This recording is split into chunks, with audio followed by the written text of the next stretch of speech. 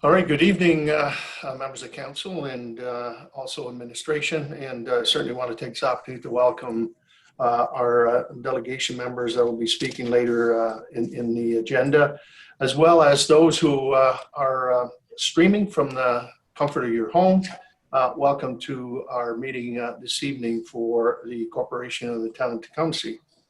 So we'll call all members of council are present, and to the members, is there, well, first of all, there's no report of closed meetings this evening. So, and also we're going to dispose of the moment of silence and national anthem at this stage. So we'll go directly to the members and ask, is there any disclosure of pecuniary interest on the agenda as presented to you this evening?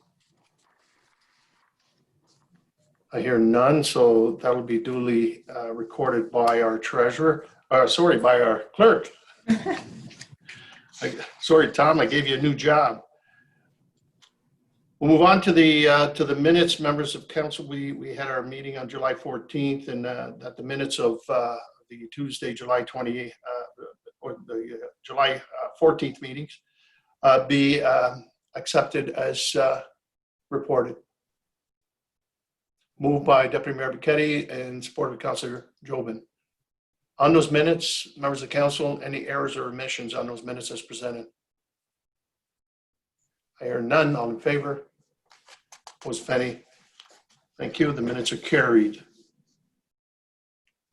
There's no supplementary agenda this evening, so we'll move right on to certainly our delegations. And I'm very pleased to welcome Inspector Glenn Miller of the Essex Detachment of the OPP as our delegation this evening, as well as Staff Sergeant Jamie Smith.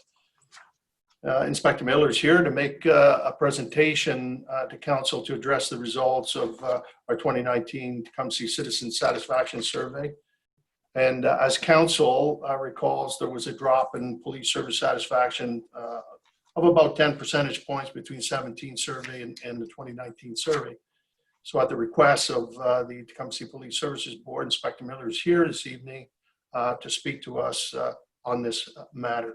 So I want to take this opportunity to welcome Inspector Miller and Staff Sergeant Smith to our council meeting this evening. So I'll turn it over to Inspector Miller. Great. Well, thank you very much, Your Worship, Deputy Mayor, members of council, directors, CAO, ladies and gentlemen. First of all, thank you very much for the opportunity for Staff Sergeant Smith and myself to appear before members of council and the community. As everyone knows, in 2019, the town of Tecumseh undertook a satisfaction survey for services that were provided within the municipality. And as part of that, of course, policing was included. And as the mayor did state, that the survey did indicate that there was a drop in the satisfaction level of policing in the town of Tecumseh. So I wanted to try to do my very best, along with Jamie, to explain exactly what we're seeing within your town. And again, it's during that particular time frame. My understanding, and this is really through our regional analyst, had a contact with the research company that undertook this particular survey just to understand the parameters of how it was taken.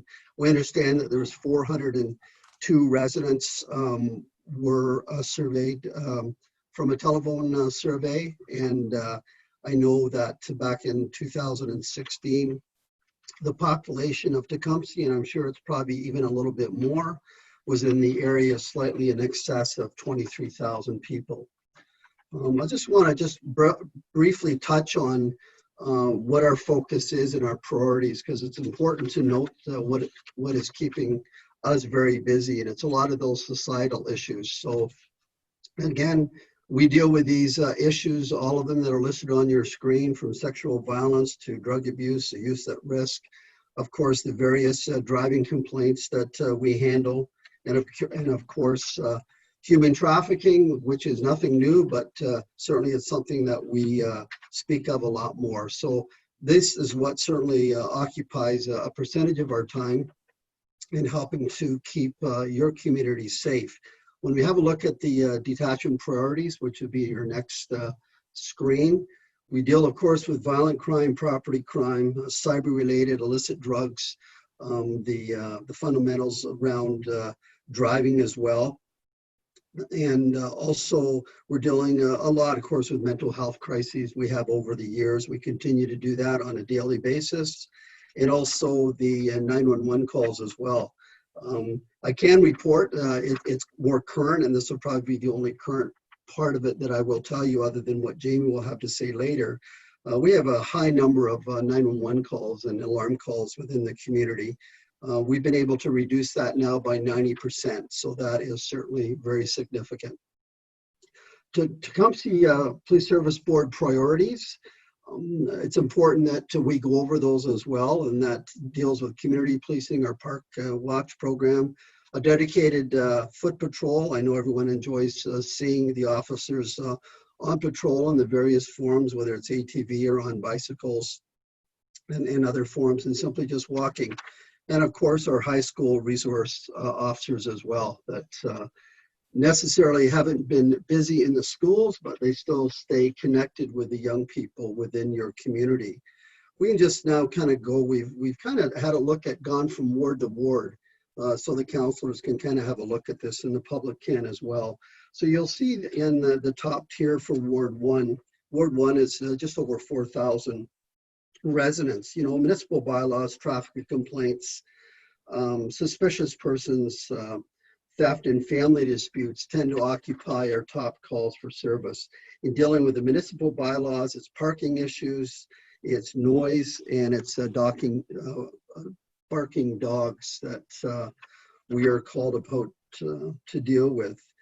When I have a look at a bit of a comparison chart from 2018 to 2019, I see that the number of calls for assisting other police agencies, and the other police agencies would range from Windsor Police to York, Ottawa, Chatham, Kent, and really throughout Ontario, are continuing to access us in relation to situations that are taking place, or residents that occupy a home in the town of Tecumseh. We are getting an increasing number of person well-being checks, where residents are calling and asking us to check on the well-being of people. Family disputes are certainly up from 2018 to 2019. And of course, property damage is as well.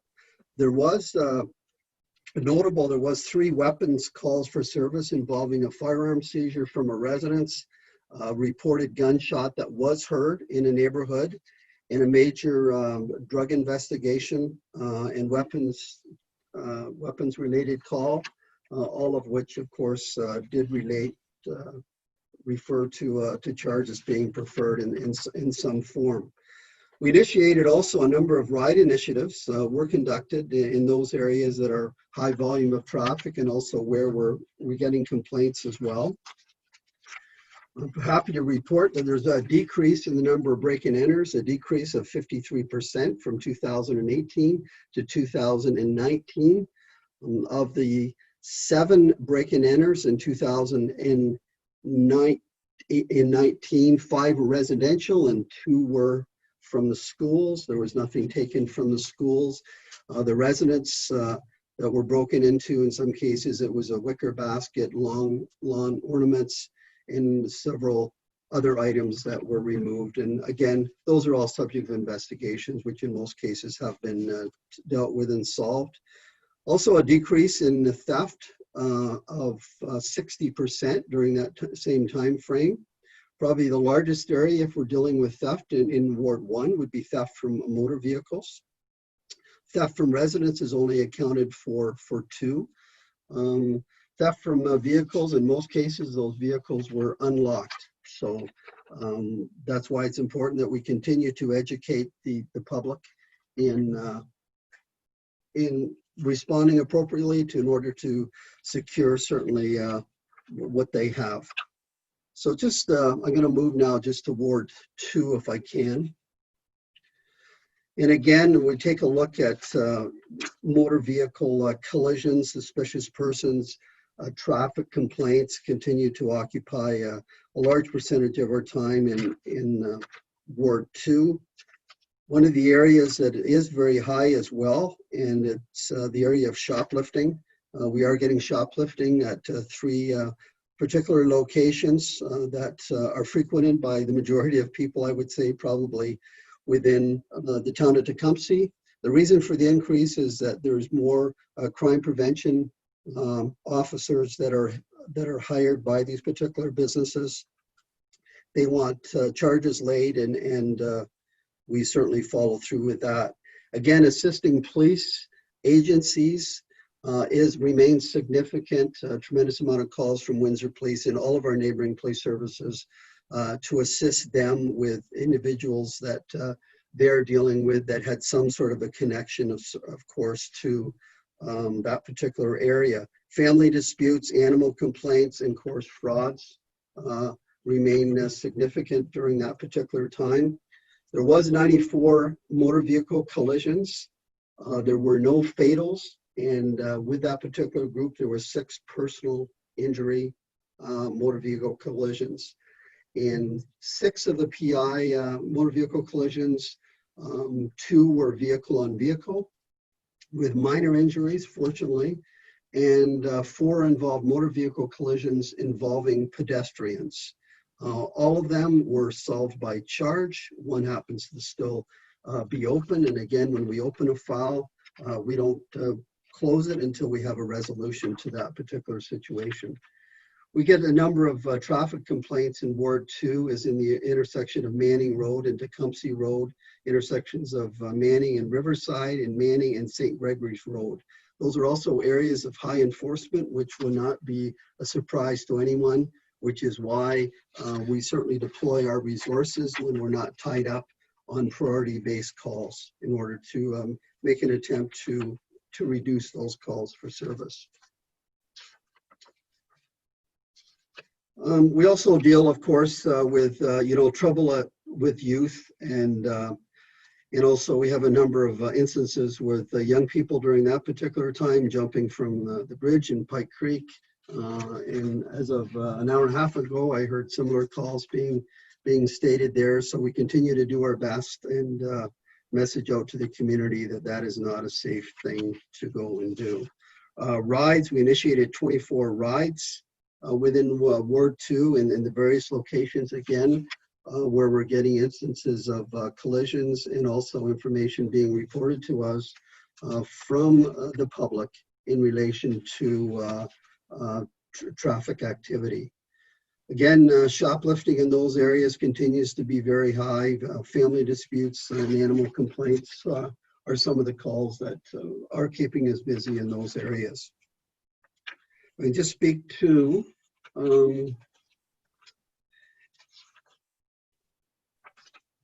Ward, that would be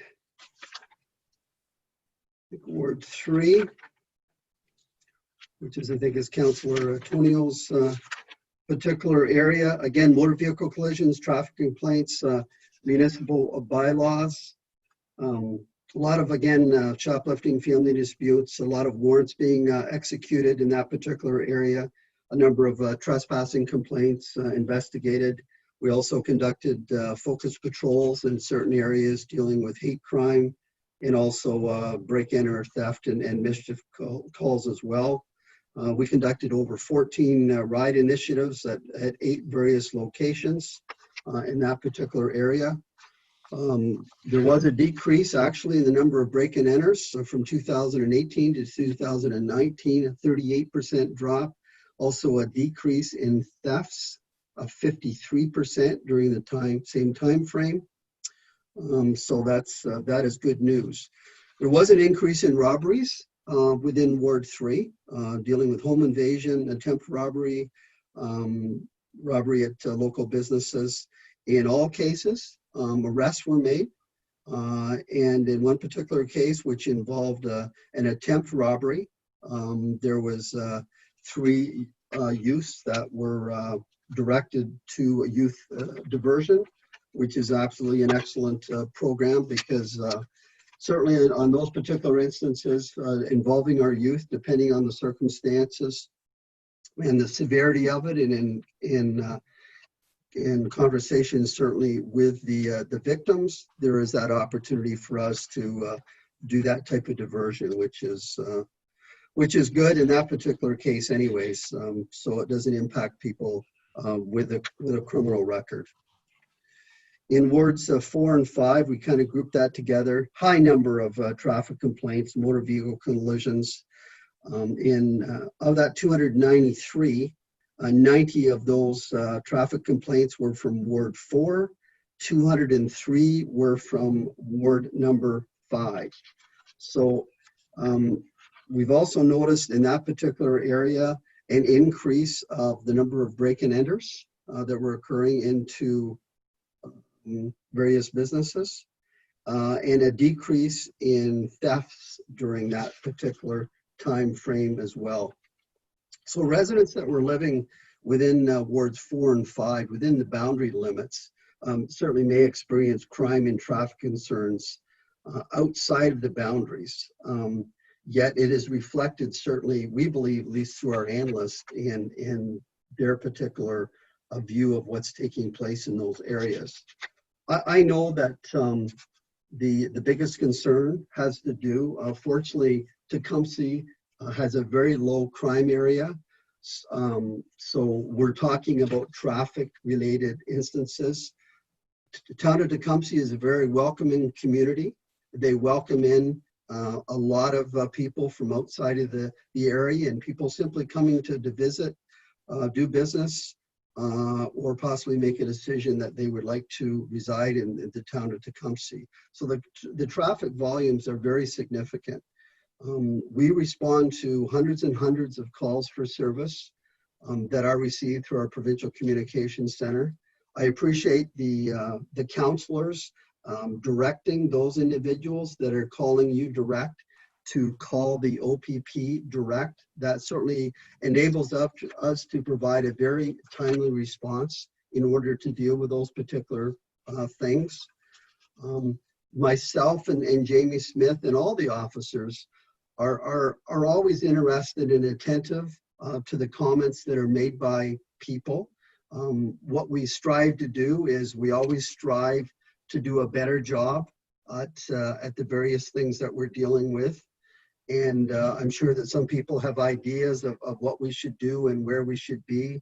Please be mindful that if you don't see us, that does not mean that we're not around. We're around 24/7. And as I started the conversation, we have a very strong focus on our victims of crime and helping these people that often extends months and into the years as well, continuing to provide support and follow up. Some of these investigations that we undertake are very complex and require a tremendous amount of resources. So we do deploy our assets at various times coming into your particular community. The community would not see that, of course, and they don't necessarily need to see that, but they are there certainly assisting and doing that particular job. So again, we are very responsive and attentive to the needs of the community. We certainly are very adaptive and try to remain as flexible as we possibly can. There is very little idle time when you're handling thousands and thousands of calls for service and dealing with the new type of issues that we seem to be dealing with every day, which occupy a lot of our time, is of course dealing with the mental health issues and the illicit drug situation as well. So what I'd like to do is just turn it over to Staff Sergeant Jamie Smith, and he will speak a little bit more specifically probably about the area that you'd like to ask us questions about, and that's dealing with the various traffic concerns that are coming to your attention in the town of Tecumseh. So Jamie. Thank you, Inspector. Can you hear me all right there? Yep. Your Worship, Deputy Mayor, members of council, and Marg and town administration, thank you for having us here today. I just wanted to go over some of the things that we have been doing, and I've been trying to report back to you as a council through Marg, and I'm very receptive to the conversations I've had with the councillors, with Marg, with Phil, in regards to some of the traffic complaints in areas that seem to be problematic. So as we move forward, I'm trying to capture the data the best we can. So I understand there's lots of complaints that are coming in. Sometimes people will say that they've called this many times, but sometimes our data doesn't indicate that. And I can share with you as of late, our traffic unit has been here in Tecumseh conducting enforcement, and I believe that you've received a couple emails through Marg as to what we've been doing. I can share with you just this past year, keeping in mind with COVID-19, that kind of shut things down for a little while. In Tecumseh alone, we've had 142 traffic enforcement occurrences. So those would be occurrences that have been generated by the officer, whether they go sit at Tecumseh and Arlington, Riverside and Brighton, McNorton and St. Thomas, up and down Gautier are these different streets that I totally understand are problems. So those are the ones that are only created by the officer. It doesn't mean that the officer wasn't out there writing tickets and just didn't capture it in an occurrence. I've spoken to Marg, and I'm trying to change the way we do business so we capture some of these occurrences. So when you do report the occurrences to us or the problem areas, that I can report back to you with some sort of statistics or how many times we've been out there this past year. And so far this year, we've had 142 traffic enforcement occurrences. In the month of July alone, we've had 54. And I can share with you, because I understand Riverside Drive seems to be a hot topic, 20 of those occurrences that were generated were on Riverside Drive. Further to that, I can share on the 22nd of July, our officers were out doing enforcement for the day, and there was 47 provincial offenses, notices or tickets that were issued that day. 20 of them were speeding tickets on Riverside and Brighton.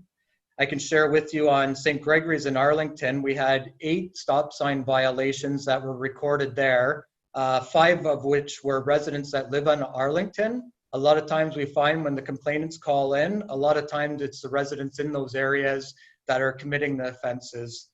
Prior to that, on July the 8th, we were out at Riverside and Brighton again, where there was 4 more speeding tickets issued. Out on Lacoste, we had 4 speeding tickets with 1 drive suspend with a 45-day vehicle impoundment. We're out at McNorton and St. Thomas with stop sign violations there. Out on Southfield, we were out on Arlington and Kensington, Arlington and St. Gregory's, where tickets were all laid there. So I can tell you that I do follow social media to a point. I don't police by social media, but I have to say and so I apologize if I missed somebody, but to Councillor Dowie and Councillor Toenail, I appreciate you putting it out there to call the 1-888 number. And I keep trying to get that message across. You need to call us if there's a problem by telling your neighbors, and this is for the public, by telling your neighbors or calling the town. That doesn't help us as police officers to go target those areas. We want to put our officers in the right areas. And sometimes we work closely with towns, not sometimes, we've been working closely with the town. I've been talking with Phil, and I know he does traffic studies as well with the speed spies. He's able to provide data to me as to whether there was problems in that area or whatnot. But what I've asked the officers moving forward, and I'm trying to get this across the whole Essex County, is when you're out there each day, create occurrences when you have that downtime. The 911 calls are down significantly. You know, and I praise Tecumseh for that, to be pushing that forward. That's created a lot of free time. I don't want to say free time. It's created a lot of time for officers to go out there and do some of this proactive enforcement. They're out there. I know they're out there. And I just encourage everyone to continue to call the 1-888 number. If you decide you're going to forward a complaint through your counselor, Marg is getting those complaints to me. I am attaching officers to them. And it's not just an incident number that's written on a board that all officers can participate in. What I've tried to do is ownership with the occurrence. I have an officer create the occurrence, and if it's Arlington and Tecumseh Road, that officer owns that intersection. Other officers can go there, but that officer has ownership to it. So if there are problems there and they continue, that officer can continue to go there and do a report back after a couple of weeks. And I'm not sure we're going to fix all the problems. We've got new drivers all the time that are going to come into town. Different people get their licenses. Different people are going through town at different times. I don't know how we tackle this to prevent this from occurring. Stop signs, people are always going to blow them. People are always going to speed. 401, same thing. People are always speeding. We could sit out there day in and day out until they come out with photo radar or something to capture all those people. We try to do our best. And I thank council for supporting us the best they can and encouraging people. And I'll continue sending officers out to these locations. I continue to monitor social media. So when I do see the complaints from the citizens, I don't respond. Unfortunately, I don't have that ability to respond. The organization has certain policies that prevent me from responding to something like that. So I am hearing you. So I don't know if anybody has any questions in particular, but I am listening and I am trying to do the best we can with getting people out there. Okay, I've got, thank you very much both for your presentation. I have questions from Councillor Jobin, Deputy Mayor McKetty, Councillor Dowie, and Councillor Tonio. Thank you, Sergeant Smith and Inspector Miller. I do have a couple of things I would like to address.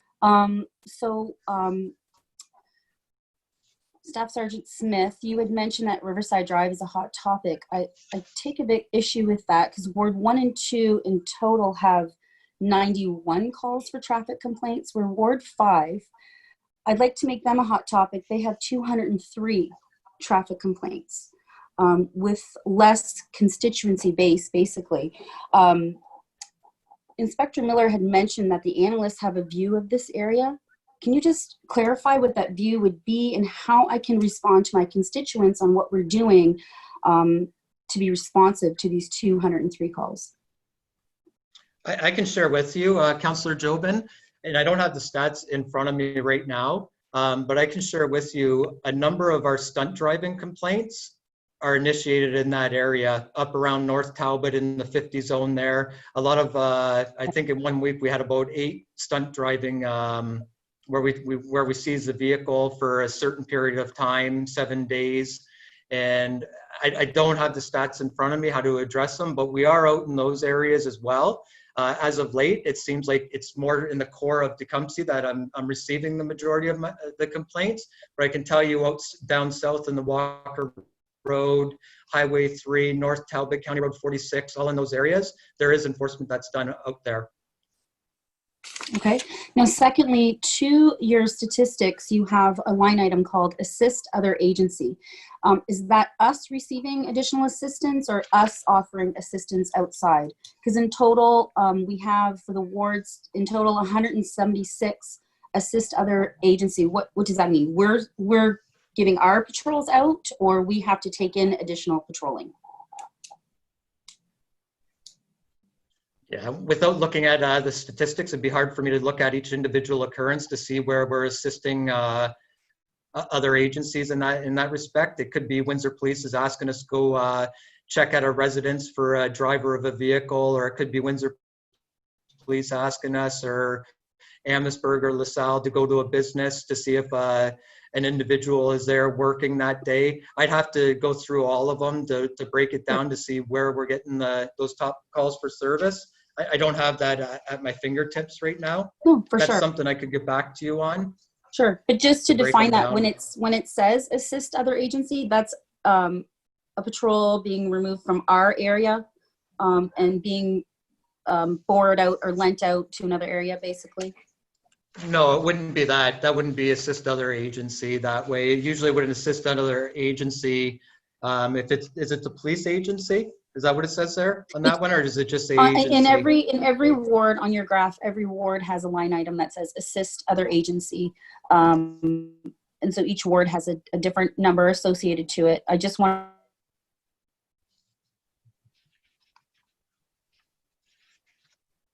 I'm losing you there. Yeah, she's frozen. Yeah. Oh wait, maybe That's why we got to wait till she extend our comes back broadband. before I answer that. Excuse me, Mr. Mayor. I guess basically for Tanya to answer her question, I believe assist other agencies is when the OPP receive a call from a municipal agency to have an officer do something for them, basically go to a home in Tecumseh, but it's not necessarily our officers are in Windsor doing occurrences. It's we're just Tecumseh officers assisting with an occurrence for Windsor Police, for Amherstburg, for Chatham, Kent, whatever, that type of thing. Within our boundaries. Within our boundaries. Our officers are not leaving to go to Windsor to assist another agency. Yeah, and to just touch on that a little bit more, Councillor Jobin, assist other agency could be as well CAS with an apprehension of a child. It could be for warrants. That might be one of the things that is high as well, is for warrants, assisting other agencies. If we pick up somebody on a warrant for Windsor, we might transport them back and hold on to that person until they pick them up. So, but to break them all down for you, I don't have that data in front of me, but that's not our officers leaving this area to assist another police service. Okay, thank you. I appreciate that.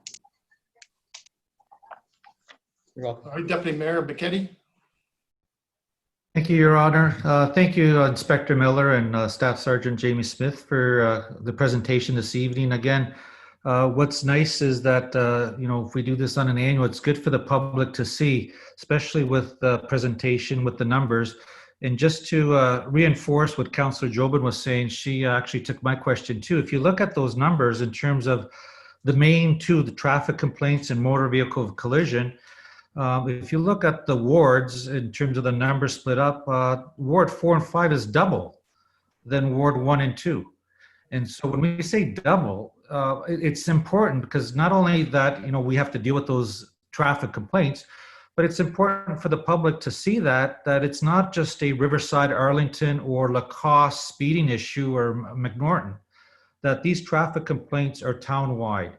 And like you said, Sergeant Smith, we can't control what people do, but, looking at these numbers, it's a, town-wide, region-wide, it's an issue. And I know council hears it all the time, the top 3 complaints, they want enforcement. Well, I think these numbers show that the OPP are doing a great job in terms of trying their best to go out and do that.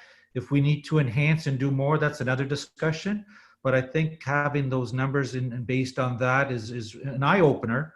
And I think the public who are viewing tonight, or if we can present or post this report on our social media, they'll be interested to see where all these are taking place. Just a question on the priorities, if I could ask. During this pandemic, we don't know how long this is going to go. We don't know what's going to happen with the schools, if it's going to be a hybrid model. So an opportunity maybe at the police board, we could reevaluate the priorities. The high school resource officers, are they needed during a pandemic? The dedicated foot patrol and the park watch. So maybe just food for thought, if that could be on the agenda for the police service board, to reevaluate those during this pandemic to see if those are still a priority, or are there other things that we could be looking at? That's all. Thank you. Okay, so I don't know if you want to answer that. It's more of a deferral of the question to the, I believe the PSB in terms of come back with some sort of discussion that we could have with both our inspector and staff sergeant. Is that what you're looking for, Deputy Mayor? Yes, I believe this is an annual report. So, we can look at, based on what we've experienced this year, to reevaluate those priorities to see if there's some others that may be more pressing. But again, that'll come through that process when that evolves. Yeah, and I just want to add as well is under the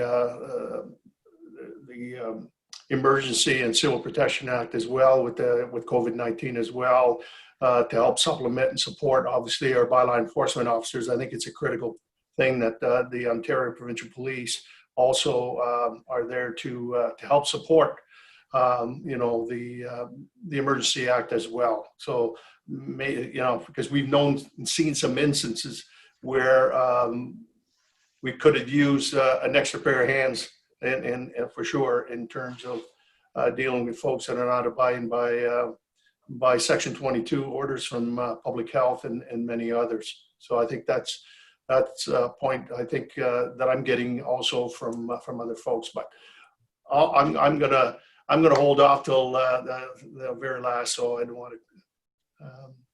I believe Councillor Tonio was next, and then Councillor Altenhoff to follow. Councillor Dowie. First, Councilor Dowie, and then Antonio, Alton, Hoff, and Houston. Thank you, Worship, and thank you, Staff Sergeant Smith and Inspector Miller, for being here.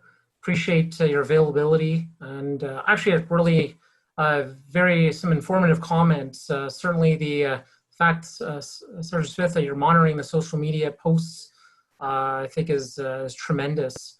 I'd say it's an accurate reflection of the responses that I get forwarded to me, either via my own social media page or privately through email. There does seem to be that perception, whether it's right or wrong, that patrols don't happen and that violations aren't really being ticketed.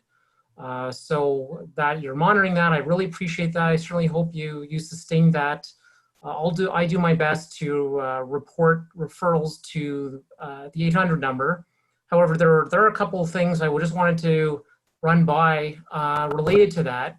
One is on a couple of occasions, people have said, we simply don't have the resources to, like the people, Aurelia has said, we don't have the resources to actually patrol or complete the patrols in all the areas that need to be patrolled, which I think may be a legitimate statement in a sense. You can't be everywhere, but it's almost, I don't know if that's the right message to be giving out to residents when they call, because it's kind of tying back to the last time that you visited us, and I'm thankful for the access you give us, that there is a real perception, and I'm not saying it's widespread, but there's certainly among a contingent of the community that there's a lack of care about their issues, even if that they get the sense that they're treated on a trivial basis.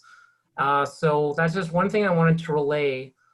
Second is with respect to the departmental visits, so if someone visits the detachment, I have also received comments saying that if they have issues related to the quality of policing, to call me. So I really, even to this day, don't know who's in charge of the quality of the policing and policy in terms of whether, who can residents contact if they want to talk to someone with the police about the service in general. I'm hoping that you may be able to identify that person as kind of just that, so I can distribute that to residents when that question comes up, because it has come up a number of times. Also, I had a couple of questions. I'll try to be brief. The property checks field on the presentation, I'm interpreting that to be if someone's away and they call, they ask to see that the house is okay. I think that's what it is, and hopefully you can correct me if I'm wrong. But I'd say that that's a private sector service, not a police service. And I'm wondering if I'm just incorrect. Family or friends or neighbors could do that. Whereas police officers, there are certain things that only they can do. So I'm hoping that you could clarify that. And finally, I just wanted to advise of the online reporting tool.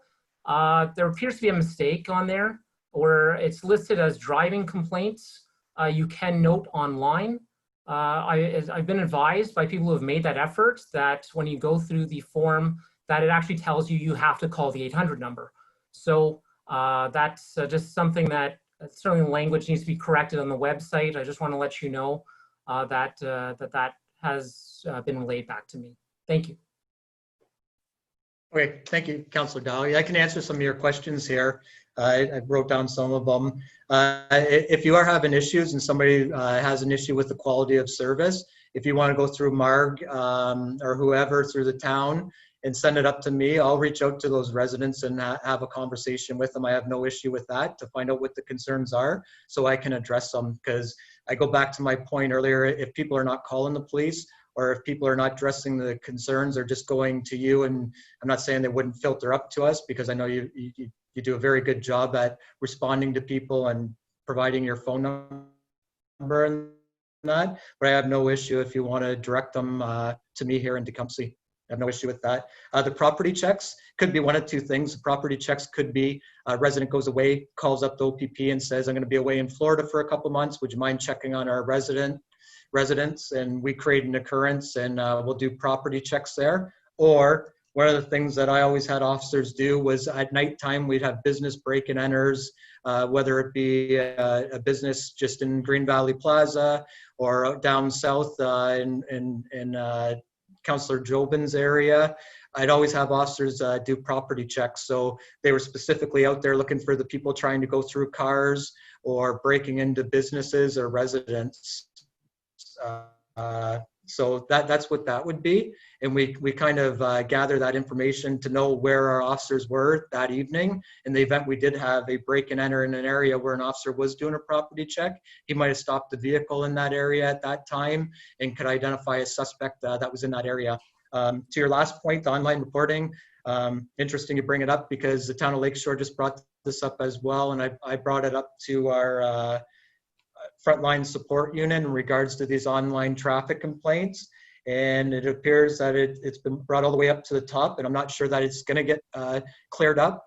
But the way they do the online reporting is they've left it open to driving complaints because if somebody calls in with a plate, then our frontline support unit can draft a letter up and send it to the person, the registered owner of that vehicle, and send them a letter. So they have it open for that reason. But if there's not a plate attached to it and it's just a traffic complaint about people blowing stop signs, they prefer that it gets sent down to the detachment area instead of it going through the frontline support unit, because some of these people work all across the province and they don't have the contacts in Tecumseh or Lakeshore to send the email down to identify the issues to us. So they push it back and they prefer that the person just calls the 1-888 number to report it, unless they have some identifiers to that vehicle that officer that's sitting at a desk can follow up with the individual.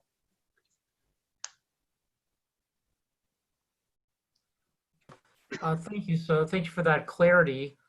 With respect to the property checks, is this something that that other municipalities charge for, or is this free? Because it seems to be a direction of resources to something that's non-essential in terms of when someone is calling because they're down in Florida.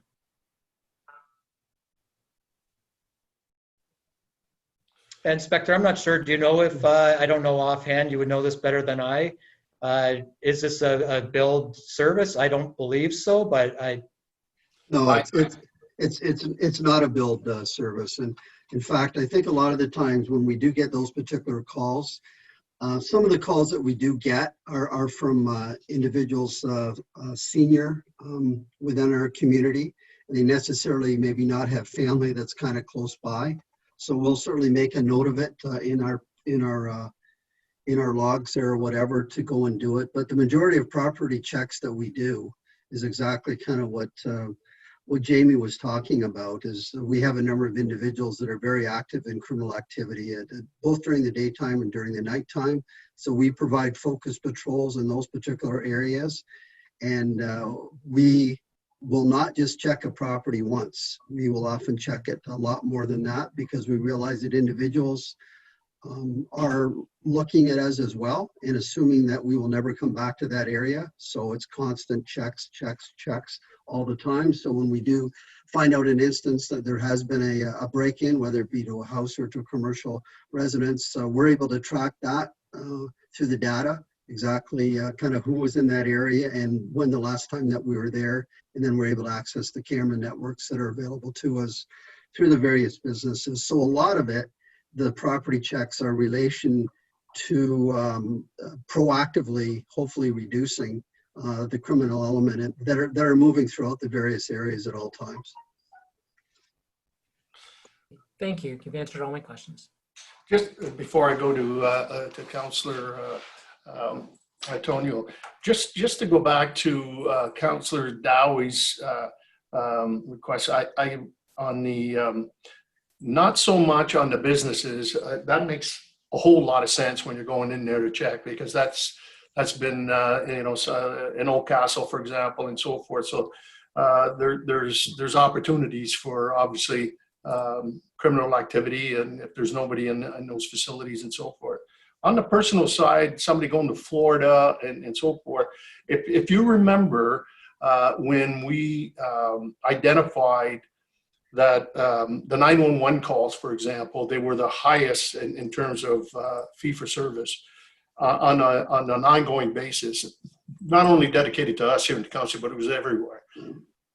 But I remember very clearly, and we can pull some of those old reports back, is on exactly the point that Councillor Dowie was referring to. That was the second highest. And I had asked specifically at the time, and unfortunately, it was, you weren't there, Staff Sergeant Smith, at the time when I asked the question. And that was exactly it. We were being charged for specifically somebody saying, okay, I'm at such and such an address. I'm going to Florida. You mind? So they go out and they do the check. We got charged for that. And if you look at the reports, the monthly reports we had going back before the 911 adjustments and so forth, you'll see it. You know, there was false alarms, and then there was the other checks, and there was a bunch of, those were the ones that were quite high. And I was surprised at that time when, and I can't recall the sergeant that was, it might've been Mike Grushka, I think, at the time. And when I had asked the question, you know, are those billable calls? And the answer was yes. And that's where I remember making a reference that would be better served under security. You know, if I was to go away, you know, on a property, I shouldn't be asking the taxpayers to pay to monitor my house while I'm not there. So I would like to see us go back and check that. Maybe it's not a billable, but I'm going by, and I usually have a pretty good memory, and but that part was a billable charge to the municipality. So maybe we can refer back to this too as well on our next police services board. Yeah, also, Your Worship, if I could just respond, and I don't have the billing information, the monthly billing information that the town of Tecumseh gets in front of me, but it would be, if you are charged, it would be detailed in the calls for service. It's all every call for service is detailed that you're paying for. Because I know we can ask Ellen, Margaret. I mean, she's got every report I think that we've ever had. So we'll certainly we'll look into that. I'm going to go to Councillor Tonio. Thank you, Mr. Mayor. Thank you, Inspector. Thank you, staff, for the report. First of all, great job, Jamie. You're obviously involved in our community, and that's very important to us to have our police service part of our town. And obviously, you're taking an active role in it, so it's appreciated, and thank you very much. So reading from these, your report here and listening to all the citizens, what I'm hearing, the top three issues are complaints, bylaw issues.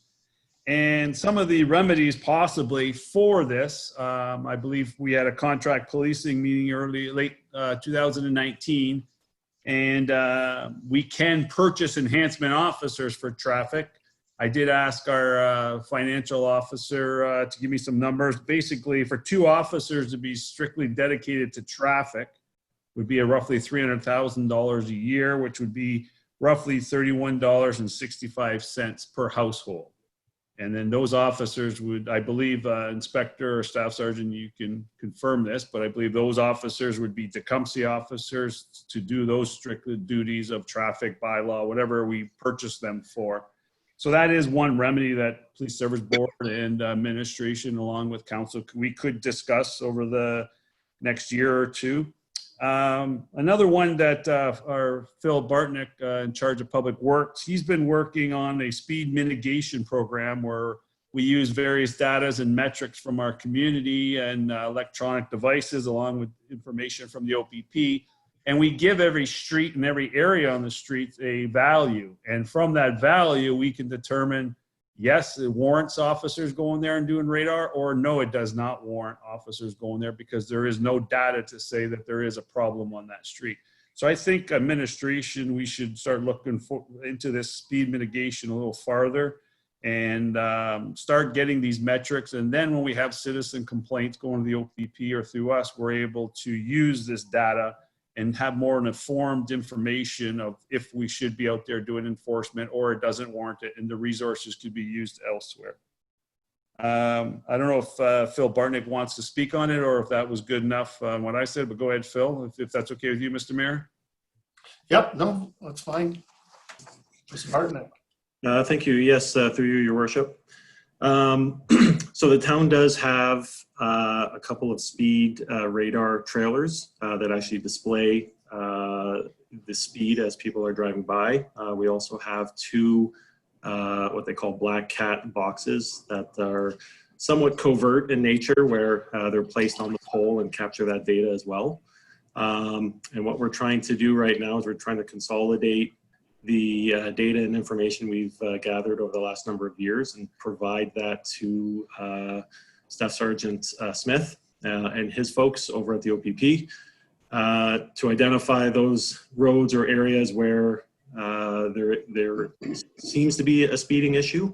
And even those roads that have identified not having a speeding issue, when you get to crunch the data and get into the hour-by-hour data, we're able to provide the information to the OPP of, okay, if you were to go and provide enforcement on some of those streets, even though the full data doesn't depict that there is an issue, we're able to dial it down to an hour-by-hour basis on, you know, where they could get their biggest bang for their buck if they were to go out and do some enforcement. In addition to that, administration has been working on a traffic calming guideline, which started in 2019. And as we've been going through that, it's kind of evolved into this speed mitigation guideline, where we look at, we were hoping that we were going to bring forward some policies in a report to council in early 2020. We've had a little bit of a delay with the emergencies declared for COVID, as well as lake flooding, but we hope to get back on track and in the next couple of months bring something forward. It's kind of evolved a little bit into not only traffic calming policies, but school zones, community safety zones, and essentially it'll provide a framework and a warrant analysis that when we do get complaints of this nature, that we're able to analyze it and deploy resources where appropriate. So we're hoping to bring that forward in the next couple of months. Thank you, Mr. Bartnick. Anything further, Councilor Tonio?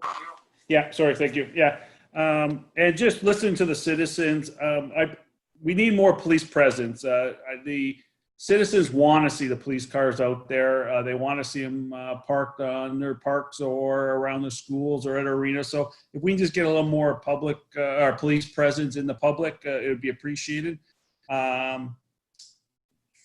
And one idea I had, and as long as it doesn't breach the OPP's policies or officer safety or anything like that, but maybe just a simple map, Jamie, of enforcement dots of color. And so as you do your past enforcements, you can map them so our citizens can see, yes, look at the officers have been on this road doing radar or whatever it was. Just an idea that the town could have it on our website, the OPP could have the input, and we could just show, as long as it doesn't breach any policies or procedures. So I think that's all I had to there. I just had those two ideas of possibly either adding a couple officers that would strictly do traffic as part of the enhancement program that the contract policing offers. Or better yet, I like the speed mitigation program where it's just basically good old policing along with our citizens working together and adding technology and making some values for these roads to determine when, where, and how they are safe or not safe. Thank you very much. Thank you, Councilor Tonio. Councilor Altenhoff? Thank you, Worship, and through you. First off, to both Inspector Miller and Staff Sergeant Smith, I want to extend my appreciation to yourselves, as well as the entire OPP staff, who it's very evident from your presentation are working very hard, to ensure our safety. And I think we are blessed. Tecumseh is rather safe, and I think we're very fortunate for that.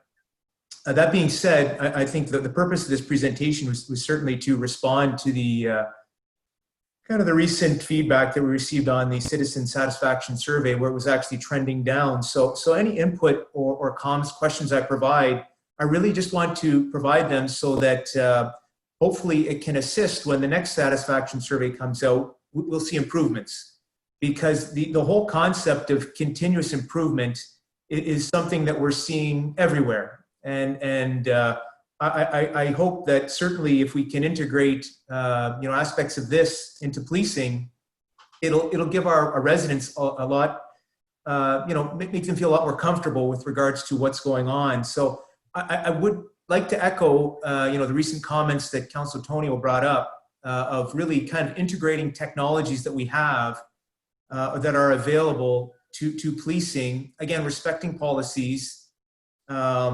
It would be great if we could, as we're seeing it in your presentation, we see the numbers on the number of calls, but I think, and again, if we could map that out within Tecumseh, that would be great. But I think if we could add another point on the enforcement. So for whatever, each call, whatever it might be, what enforcement happened? Late ticket was laid, a warning was given, whatever it might be, and perhaps we have different colors to represent that. This will give our residents certainly a very strong feeling on I called, this is what happened, and there were some actions done. And I think if we could do that, again, with technology, I know, things can be done in real time. There may be a reality that, look, this could be done on a monthly basis or a semi-annual basis. I don't know, but I really believe that if we could integrate these things and provide not necessarily instantaneous, but relatively appropriate timing feedback to our residents, who ultimately they're paying for a service. And certainly within the Ward 2 area, without a doubt, the phone calls I get are all, I'd say 95% related to traffic complaints, speeding, blowing stop signs like you've indicated, potential pedestrian impacts and so forth. So I think if we can give them this feedback of enforcement, details, that would be quite important. I want to applaud you all on the recent traffic blitz, ticketing blitz that you applied, because I'll be honest with you, I received a number of very positive comments from our residents. And I would encourage you, if it's possible, with the reductions in efforts that you're noticing on 911 calls or perhaps other things, if you could continue this, I think over the next few months, potentially a year, I would be shocked if you don't see those citizen satisfaction numbers go up. Because I was, to be honest with you, I was pleasantly surprised with people giving me very positive comments. I was actually in front of, I was going out for a road ride on my bicycle at the corner of Arlington and St. Gregory's. And unbeknownst to me, well, they're not keeping it in mind, I could see off in the distance on the one-way street of Kensington that there was an officer on a motorcycle, and someone blew that stop sign, and immediately he took action. And I was great to see that. But again, if that feedback could be given to our residents on a larger scale, I think they would really appreciate that. Other than that, I really just want to thank you. Again, I kind of echo all the comments, or wish to add my comments to those provided by other councillors, really to hopefully see a betterment on policing. I think we're very fortunate, but like I say, we can always improve. Continuous improvement will always happen, and eventually we'll reach that utopia. Thank you, gentlemen. All right, Councillor Houston. Thank you, Your Worship, and thank you to Inspector Miller and Staff Sergeant Smith. Sergeant Smith, and for the viewers, I know you had mentioned the 1-888 number. I pulled up the OPP website online, and I do see, the 888-310-1122 number. So again, in a lot of the cases that, I've had residents, call me, in some cases where there's been, cars pulled into and et cetera, I've always encouraged the residents to report it. even when they, possibly feel a little hesitant. I've always said, please report it so that, you have the data and we can respond appropriately. So I just wanted to call that, number out to the residents who, may be listening, let them know, specifically what that number is. And also, they can do it online as well.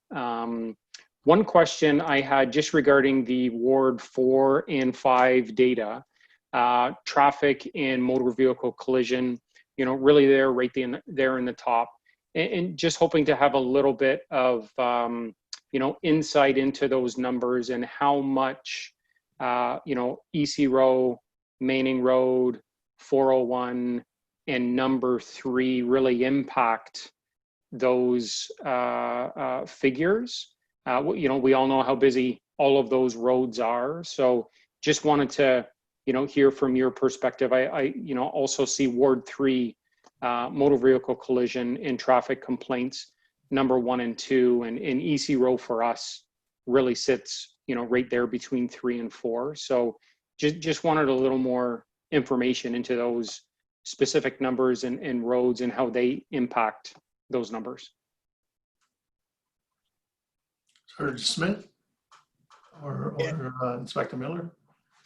And Councillor Houston, I don't have the data in front of me to break down what the traffic complaints were, where they were exactly.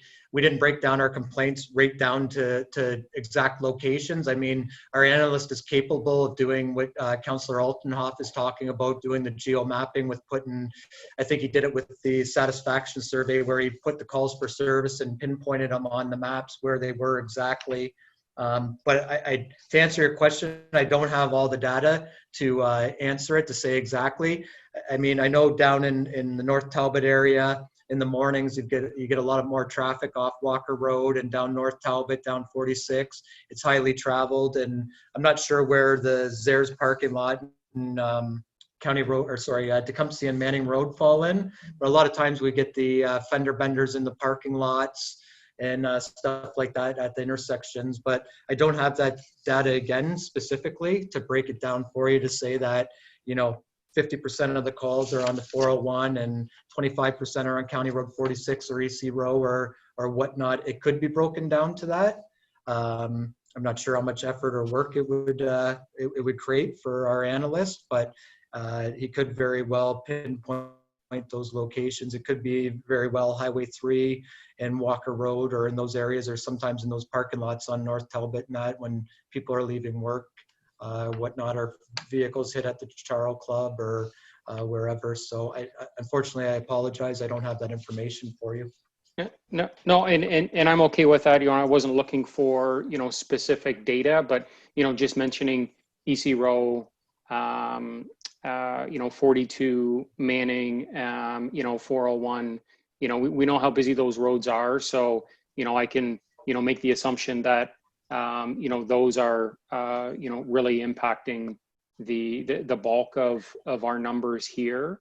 But just to clarify, 401 and anything on 401 would be included within, Ward 4 and 5 numbers, or would they be, out of that number? I believe they get included in there Okay. as the town of Tecumseh.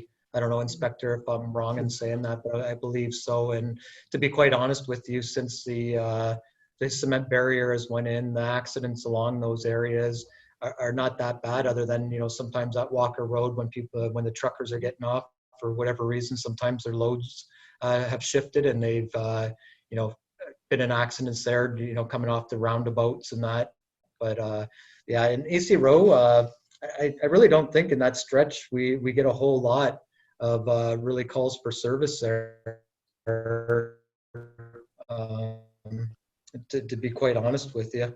Okay. So it might be your County Road 46 and 42s and Manning Road. Okay, thank you.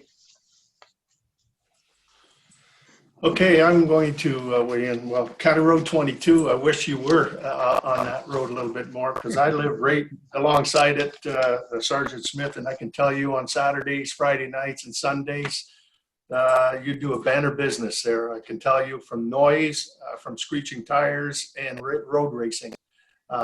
It'd be nice to have some, I know it's a county road, but it's still dissecting our community, and that'd be a good one to send a traffic division on a couple of occasions, especially on the weekend. During the week, early in the mornings and night, the traffic's so heavy that it doesn't matter. I mean, at that point, that you got your traffic calming with the traffic itself, but off hours, I'll tell you, it's a racetrack, and for sure. Well, first of all, thank you both, Inspector Miller and Sergeant Smith, Staff Sergeant Smith, for coming out today, in particular, and to talk about some of the issues that are certainly important to our citizens in our community. And that I might be a little bit more critical, and when this meeting was basically about the reduction of satisfaction from our community, and I was expecting a little bit more in terms of what are we going to do to improve that, and some of the suggestions that actually came from Councillor Tonio, Councillor Altenhoff. I certainly agree with the comments, trying to marry technology with traffic calming and working with our public works and so forth. But I was expecting, an opportunity from the OPP and say, look, we're going to do A, B, and C to try to get those numbers up. I didn't see that in certainly in your presentation. The numbers basically reflect of items that have gone by, that we've done. It's nice to see that crime rate is going down on certain amount, but moving forward, how do we transfer that to the satisfaction of the citizens who are paying the bill? And so I'd be hoping somehow that we would have seen some future pieces that would have been added, and we did appreciate obviously the traffic enforcement that was put on, but that was driven too by a lot of complaints from the community, and thank you, Sergeant Smith, for initiating that into the community, and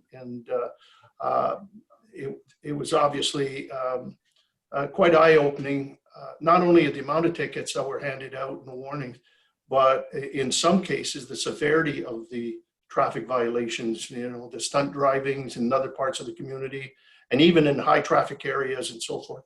So it proved the point in terms that we do have some traffic issues within the community. In that. So I certainly hope that maybe on a quarterly basis in that we can have an opportunity, especially in our meetings, to have both you, our inspector and staff sergeant, to come to our community, and I think that's what we need to do too, is to raise that level. Sometimes I get it. I mean, you can't be everywhere all the time, but certainly the presence, I think, is important for, I don't know if it's peace of mind and so forth, but the visibility, I think, is important.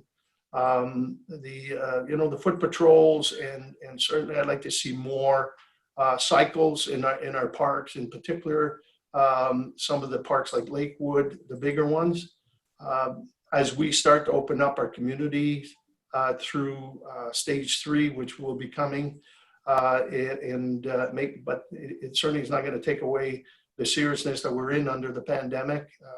But police presence I think, is critical, and it is important for us. And I'm not going to add any further comments from the rest of council. I think they've hit it, in a lot of the highlights. But my biggest one was I was expecting a little bit more in terms of meeting the challenges of getting us back up to that 90%, which I think we should be. And we are fortunate, and that crime rate is low in the community, and there's a reason for that. We all understand that. It's the men and women that protect us. We get that, but I think we need to do that. As I think Councillor Altenhoff said, continued improvement. I think it's in all our best interests, for council, for admin, and all of the services that we provide in the community. So I'll leave it at that. I don't know if you want to, if you want to touch on this, both either inspector or staff sergeant, feel free. And but those are certainly my comments. And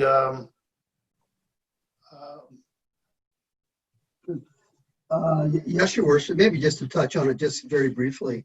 I always enjoy being able to kind of speak strategically and as to some of the things that we're doing in this particular instance. And I'm sorry if we missed the mark, but our direction to us from the town was to address specifically the 2019 survey and what those particular kind of results were. And based on a lot of the analytics, working with our analysts to try to figure out kind of what it is that took place and in that perception. One of the things that we enjoy very much is community engagement, and that's a priority for us as well. We encourage members of the public, if you see a police officer, it's okay to go and talk to them, ask them what they're doing, ask them what the issues are that they're dealing with, and hopefully they'll feel comfortable enough in having that conversation. A large percentage of complaints that we get or calls that we get, the people wish to remain anonymous. When you do call, you'll be asked for your name and for your phone number. But in a lot of cases, and we respect that as well, these are people right within the neighborhoods. They don't want to give their name because we encourage, and I know Staff Sergeant Smith does as well, and all senior command, is if you call us for some assistance on something, our intention is if you did provide a name, that we will discreetly give you a call back to tell you the action that we did take. Because some of the people are very generous in perhaps allowing us to sit in their driveway or giving us suggestions as to the different times in that. But a lot of the people that we try to go back to, because I know we often will speak to our officers about that, and they'll say that the person wished to remain anonymous, so we have no idea. We can't get back in touch with those people. So as a result, we try our best to issue relevant and pertinent media releases that all people can see. And I realize not everybody reads a newspaper, and we try our best certainly to utilize the OPP Twitter site as well. So I think we can continue to do a better job at that, to be quite honest. The OPP is a very, very large organization that is also very humble. And that is part of our culture, to be very quiet about our successes. We would be very pleased to share what some of our successes were with the community. In a lot of cases, we would like to be able to go and do that, but out of respect for everybody that we deal with, most of the people will suggest that we don't do that. But there is some other opportunities I think that we do. I mean, you have a wonderful city, you have great leadership from your council and from your various directors within the town. The officers know that they are supported. That is a very uplifting thing to hear. We don't hear that often anymore from people. So thank you very much, councillors, for the comments that you've made about our officers. They are out there working very hard. They do, in most cases, live in your community as well, and that's where they're raising their families, and they want to be there. So status quo is never acceptable to us. We're going to continue to do our very best and to continue to keep the town of Tecumseh in the top percentile of safest communities in Canada. And we'll do that thanks to working with you and the feedback that you provide to us. Okay, go ahead. Well, thank you for those comments, Inspector, Staff Sergeant Smith. Just so I can chime in here for 1 minute, I know you're looking for maybe some measurables or some ways we can improve, and I think you hit it on the head, and I think Councillor Altenhoff hit it in the head. When you talk about satisfaction from the community, I've found sitting in this chair in my short time that the biggest complaint is the driving or the traffic enforcement complaints. So I think taking a step with what we've done, and to Councillor Altenhoff's points, he saw with his own 2 eyes the motorcycle officer going after the fender for the stop sign, He's getting feedback from citizens. I shared some feedback to Marg the other day in regards to somebody on Riverside Drive and Manning Road about the OPP taking her complaint seriously, that she's called in a few times. She saw the officers out there and she thought it was important to report back to us to say thank you. And those are the types of things that I appreciate. And I can tell you some of the comments I saw, and I know Councillor Tonell and Councillor Dowie were going back and forth on a Facebook website with some of the complaints people were complaining about. And I took note of those locations of where people are complaining, and I sent officers to those locations. And then I saw the next day some of the comments that had changed, that they saw officers out there. And that's what I'm kind of trying to do. If it's the citizens are not happy with the OPP and our satisfaction went down 10% because we're not addressing traffic issues, if that's the main thing, and that seems to be the biggest complaints I'm hearing from the councillors the majority of the times, if we can baby steps address them initially and work from there, that's what I'm trying to do. I'm trying to capture the work the officers are doing out there. We don't capture every traffic ticket that we can geo map it. Maybe we could, maybe we should. But what I'm asking the officers to do is when you're out there, just don't go to the intersection and, write your 4, 5, 6 tickets, whatever it may be. Make sure you generate an occurrence so that we can track that. So we have something measurable to report back to the town and the councillors to say, hey, we have been out at that intersection. These are the dates we've been out there. And this is what we've been doing. Instead of, well, I think the guys are out there. At least I have something measurable and there's data to back it to say that we have been out there and we have been trying to deal with the complaints. So I don't know, unless I'm hearing differently. It seems to me everything that comes across my desk is always traffic related with complaints that the OPP were not visible. And that's one of the things I asked officers to be, is visible in locations, whether you park in the busiest intersection at Manning and Tecumseh or wherever it may be, park there.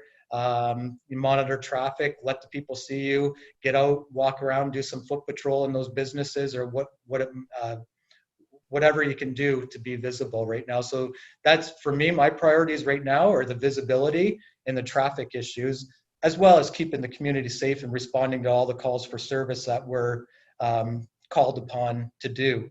So that's just one point I wanted to make with you, Your Worship, is just, I think from what I'm hearing and seeing is it is a lot of those traffic issues. And to your point, County Road 22, I'll get people out to County Road 22 if that seems to be the issue on the weekends. And that's important information to have, that it's weekends, it's night times, it's not, early morning. So I appreciate all the feedback.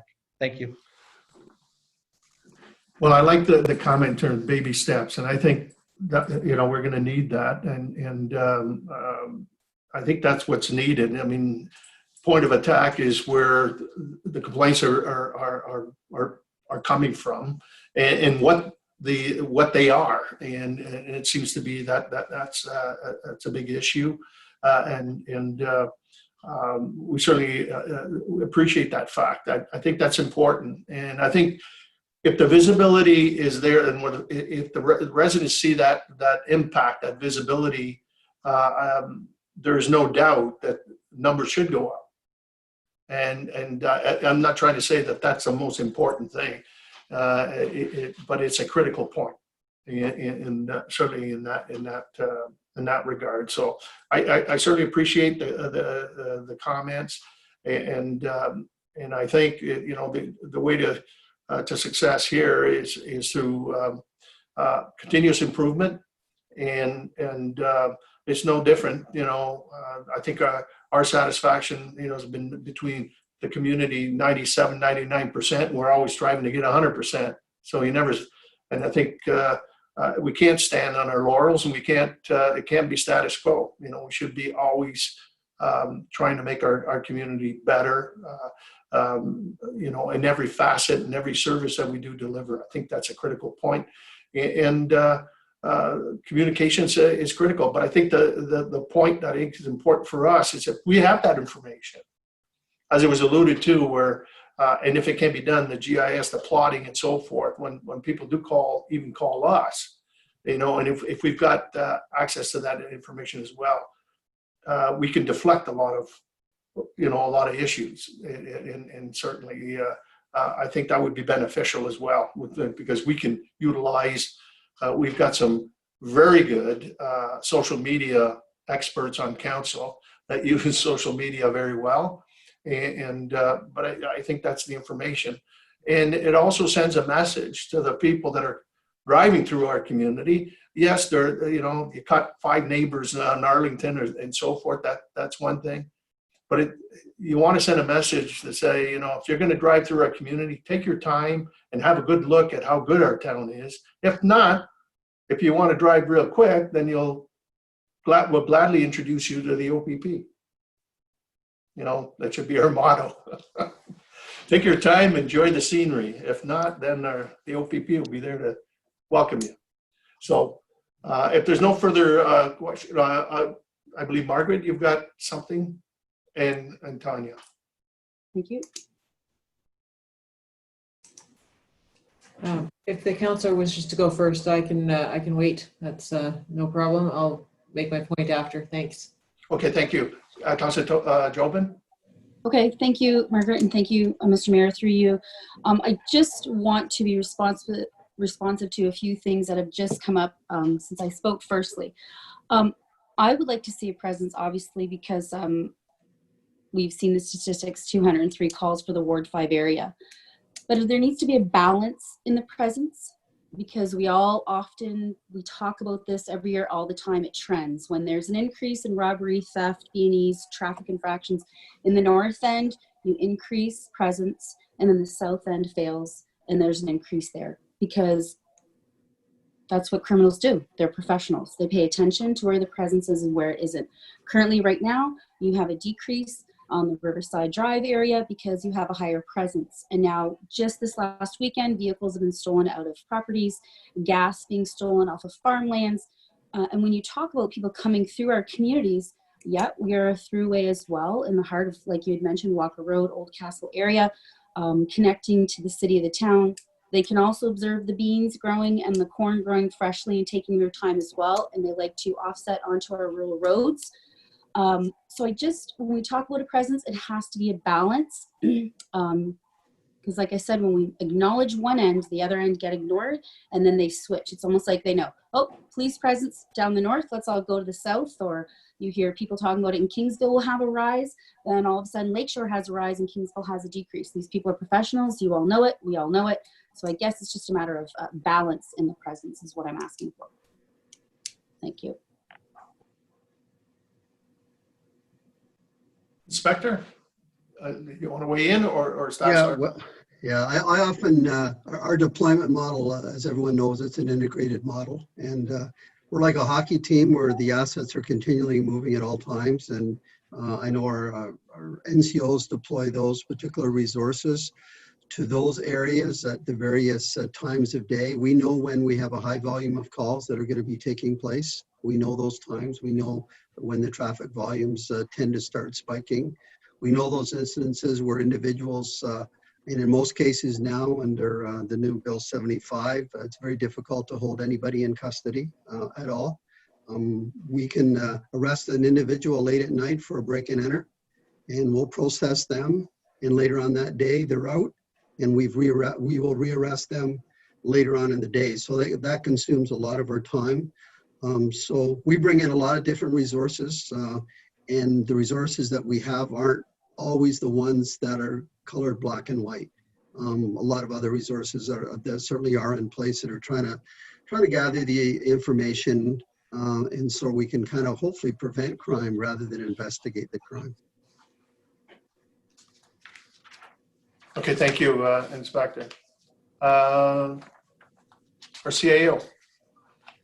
Thank you. Through the mayor to council, I appreciate all of the good information this evening and great dialogue. I think this is very fruitful, and it does help our service providers, the OPP, understand the priorities of council, and certainly I think from a staff perspective, we've been working very closely, especially with Staff Sergeant Smith, to try to deal with the concerns that are brought to my attention. And I've encouraged that with the directors as well, particularly Public Works and Environmental Services. with respect to traffic matters. So we'll continue to work together as a team and involve the police service in the complaints that are brought forward, and try, as the staff sergeant said, to do baby steps towards improving the overall functionality of the police service in Tecumseh. Thank you. Okay, thank you very much. Certainly no further questions here. I want to take this opportunity to thank Inspector Miller and Staff Sergeant Smith. I know you were in the hot seat tonight, but we certainly appreciate your involvement. And so on behalf of all of us and certainly the citizens, thank you. Thank you for your service, and please extend it to the men and women who keep us safe. Thank you very much. Okay, members of council, we've got. Thank you, everyone. Take care. Thank you. Our next delegation is actually it's Kathy Primo, who has served as a clerk in administrative capacity for the fire services, but many other services as well in the corporate services, and it's coming to an end. There's a retirement, I hear, and I'll ask also. Oh, there's the chief. Good, he's here. And so I certainly want to take this opportunity, Kathy. I wish we were more, it'd be more personable. Except here with COVID, we are going to do this virtually and so forth. And as the longest serving to date, I believe, employee of the town of Tecumseh. I think coming down 35 or 36 years of service to the community. And on behalf of all of us, we want to take this opportunity to thank you for your service to our community. And as you started your career in Sandwich South, and during amalgamation came over to the town of Tecumseh, and we're very fortunate that we were able to pluck you out of Sandwich South and bring you here. And I'll tell you, every department that you worked in, you were such a professional in the delivery of all your service. I know you were a very quiet person, but then I found out once you went over to the fire department that caffeine kind of gets you activated a little bit. But I just want to say thank you for your 35 years of service to our community. You did it with dignity and compassion and love of community, but most importantly, professionalism. And I can tell you, when you did transfer over to the fire department, you really did a phenomenal job in the fire service, and you brought certainly that whole administrative abilities to really help and supplement obviously the fire services and our directors. And I know with a new fire chief and a brand new deputy and so forth, but you know what? We should give you 6 stripes, and because of the level of work that you've done. I know Wade is laughing right now, but you've certainly made the transition from Chief Petrie to Chief Bondi seamless, and so we certainly want to take this opportunity to thank you. More than anything, you've done a fantastic job so we are all appreciative of your professionalism and good service. And so I'll pass it on to I know Chief Bondi. I'm sure he's got some words as well that he'd like to share, and then I'll open it up to other members of council as well and administration. Chief Bondi. Thank you, Mayor and members of council. Just have a few words. Starting back in 1984, Kathy applied to an ad seeking a temporary employee, and she stepped through the doors, and I don't think she ever looked back. Within a month, she made quick work of turning that into a temporary position into a permanent placement as the assistant to the treasurer, which began in January of '85 and paid $5 an hour. Kathy immediately began to further her education in order to build up her knowledge and provide herself a chance to grow within her role. Throughout her tenure in finance, she completed a number of courses in tax administration and accounting, and following the amalgamation of St. Clair Beach, Tecumseh, and Sandwich South in '99, Kathy's role grew to include responsibilities for finance and payroll. Around that same time, Kathy also volunteered on the committee for the Sandwich South closing celebration and became a member of the Sandwich South Historical Society. Over the next year, she completed both her payroll administrator and accounting certifications, new duties that included preparation of financial statements and reports, variance reports, budget preparation, weekly payroll, accounts receivable, tax inquiries, and adjustments were added to her ever-growing list of responsibilities. Lucky for us, and not for finance, in 2016, Kathy decided to make the move to fire services, providing support to the chief, deputy, and the first responders. Since that time, her eagerness and passion for learning never waned as she completed scribe and emergency management courses, the CPSAC certification as a child car seat technician, attending fire college for the Ontario Fire Chiefs Administrative Assistants Association annual conference. Kathy was also involved as a member of both the Essex County and Ontario Fire Chiefs Administrative Assistants Association, assisting with coordinating the annual Ontario Municipal Fire Prevention Officers Association conference in both 2017 and 18, participating in several emergency exercises within the Emergency Operations Center, assisting with the Fire Prevention Week open house events and grade school programs, and providing her scribe expertise in the EOC whenever required. Over the past 35 years, Kathy's passion for learning has certainly led to her success in all roles she's pursued and to the vast amount of personal growth she's achieved. On a more personal note, I just wanted to say Kathy has certainly made my transition to fire chief much easier. And to be honest, I'm not really sure what our department would look like without her help. She has always offered her knowledge and expertise over the past few months. And even though I realize the decision to retire is never taken lightly, I'm definitely going to miss the continuity and support she has offered to fire. Myself and all the fire staff want to wish Kathy a long and happy retirement. It'll be a hard act to follow.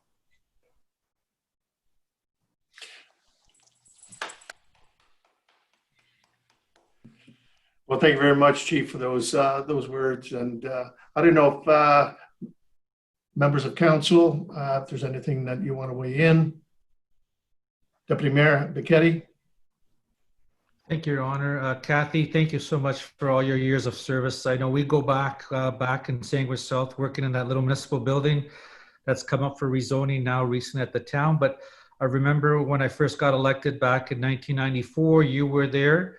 And through the amalgamation, you're always a consummate professional. Again, I've known you always in finance in that department. And then you obviously finished your career doing something you really wanted to do.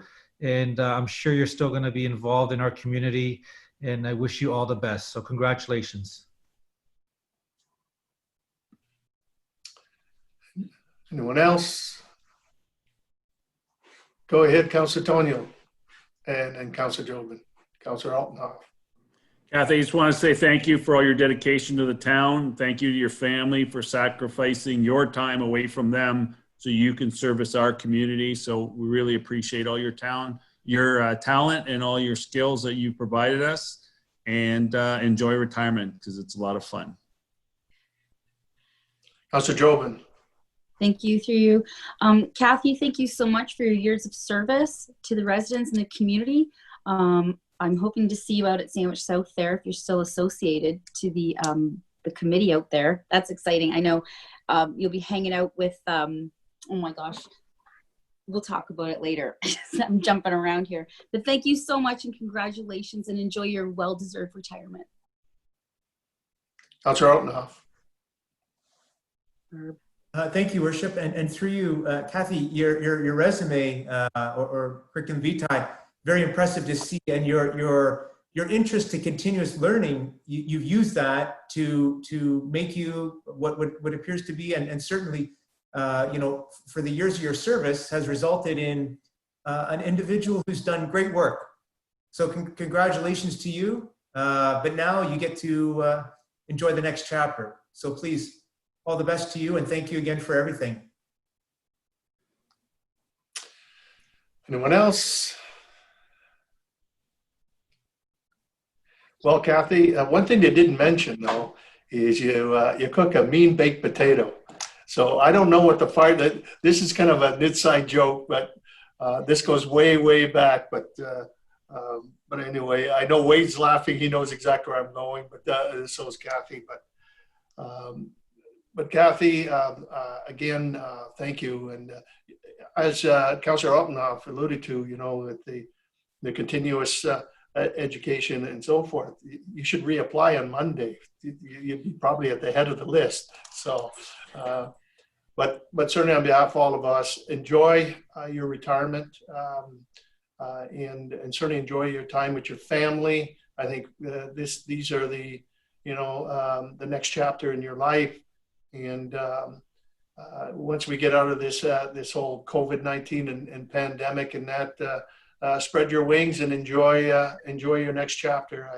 There is life after your career, and so continue, and hopefully you won't be a stranger. And I know that we do have normally a presentation that I would do today, but with that'll have to hold off till Friday. But certainly we'll make sure that you get that, and I think Chief Bondi will make sure that that is transferred certainly to you, Kathy. So again, we're going to miss you.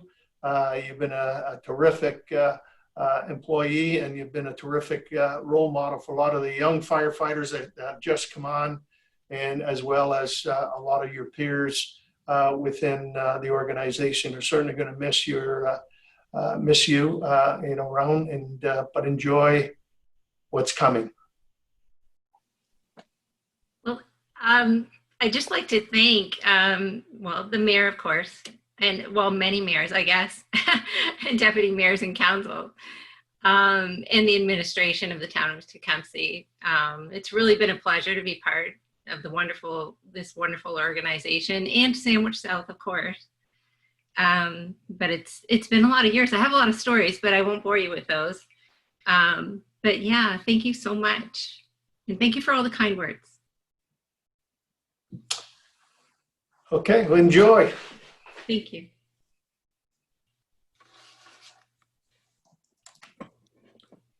All right, we'll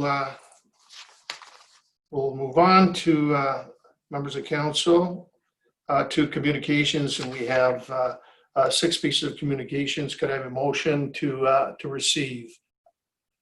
Councillor Tonio and Councillor Houston. All in favor? Opposed, if any? That's carried. On the communications, there is no action required, but is there anything from members of council that you would like to address? Okay, we'll move on to committee. There are no committee minutes to report, but now we'll move on to reports. And our first report is prepared by our corporate services 2020, holding of virtual public meetings.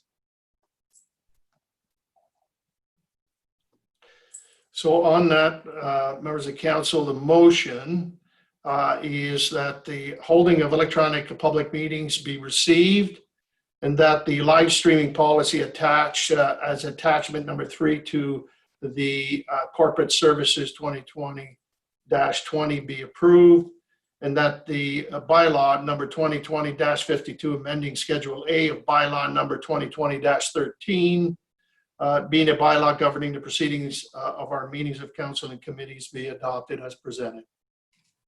So move. Councillor Dowie, move. Support. Councillor Houston. Any questions or comments on the report? Councillor Houston. Thank you, Your Worship. And maybe just a point of clarification, even for the audience, that we mentioned live streaming, but in attending meetings, residents will also be able to attend via telephone, call in. I know we do these meetings now via video, but should residents, not have internet or choose to call in, that this will be, certainly an option, for them. What I'll do is, if I can Oh, defer sorry. to. Yep. No, it's okay. I'm just gonna get some, maybe our clerk, Laura Moy, can give us a little bit of a, or I think it would be Laura. If you can give us, basically, yes, you're correct, Councillor Houston, in terms of the delegation piece or residents to be involved, but there is a procedure no different than if we were to be doing live. So I'll ask Ms. Moy just to give us a more elaborate explanation of the procedures. Thank you, Your Worship, and through you to the members of council and our viewing audience.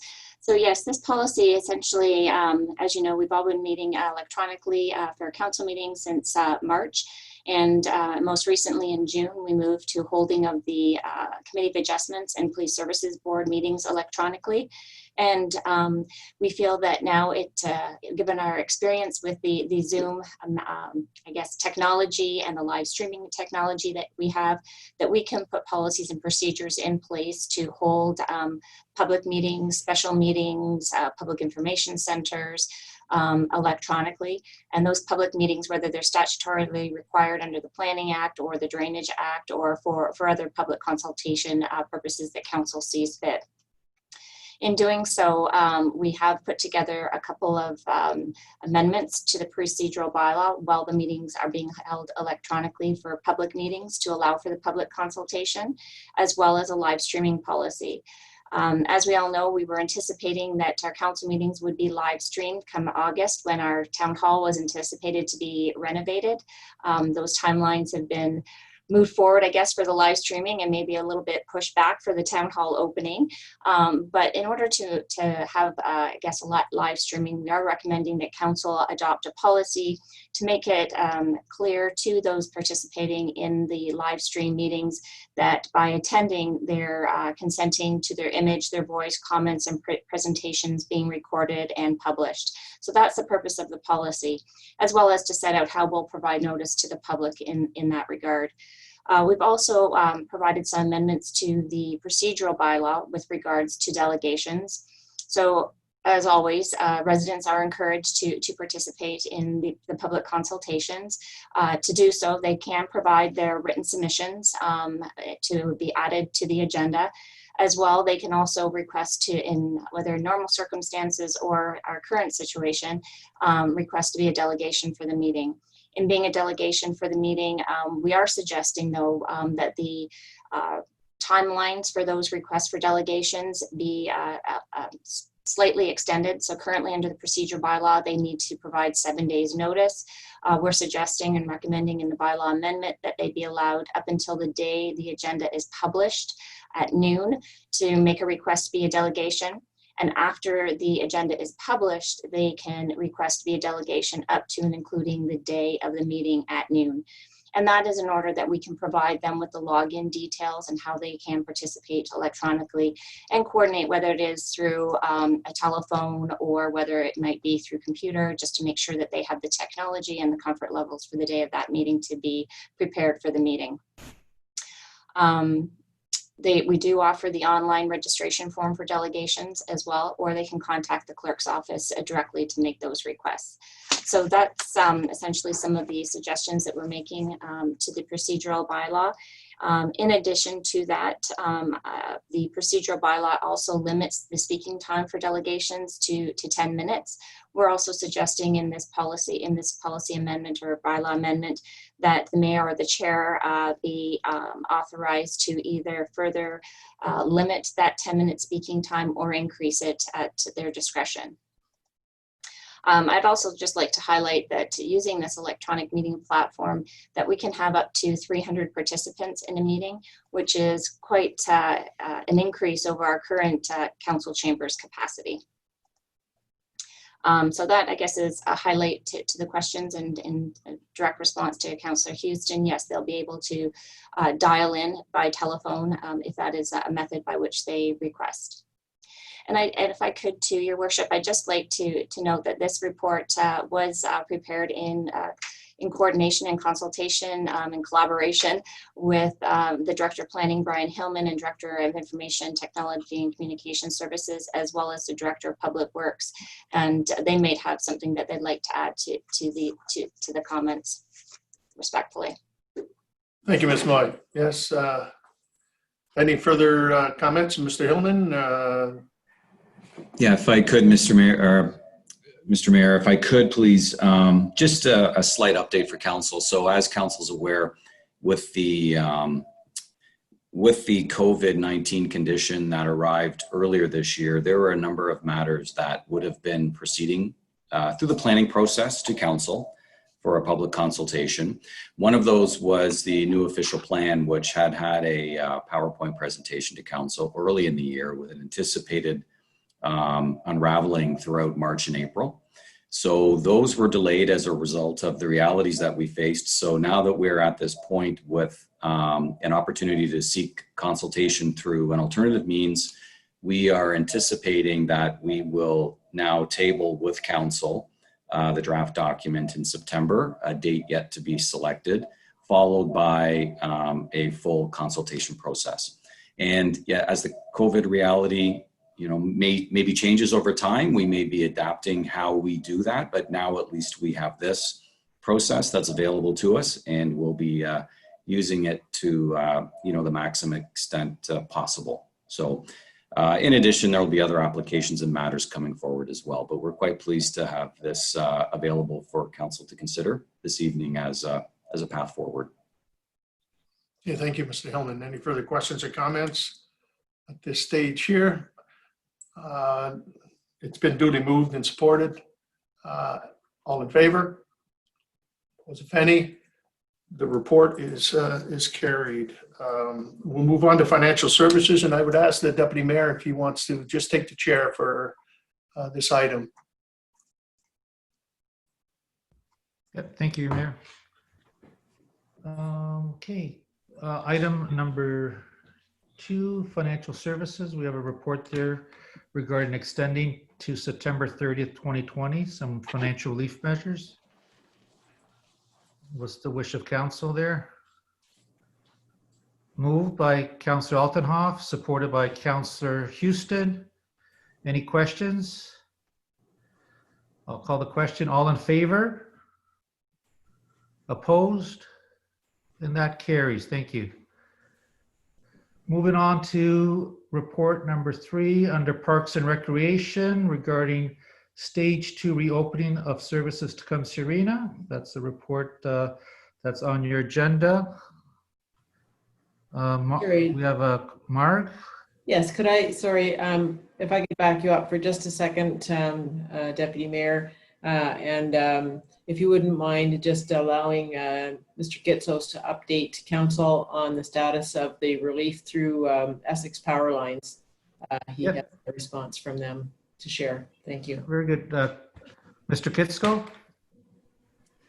Thank you, Mr. Deputy Mayor, and thank you, members of council. This report is an update on the financial relief measures that have been extended to September 30th in most cases, and to September 7th for transit. However, as our CAO has mentioned, part of our the delegation of authority allows us to request Essex Power to also extend relief measures for water and wastewater billing services, which they have indicated that they will do so.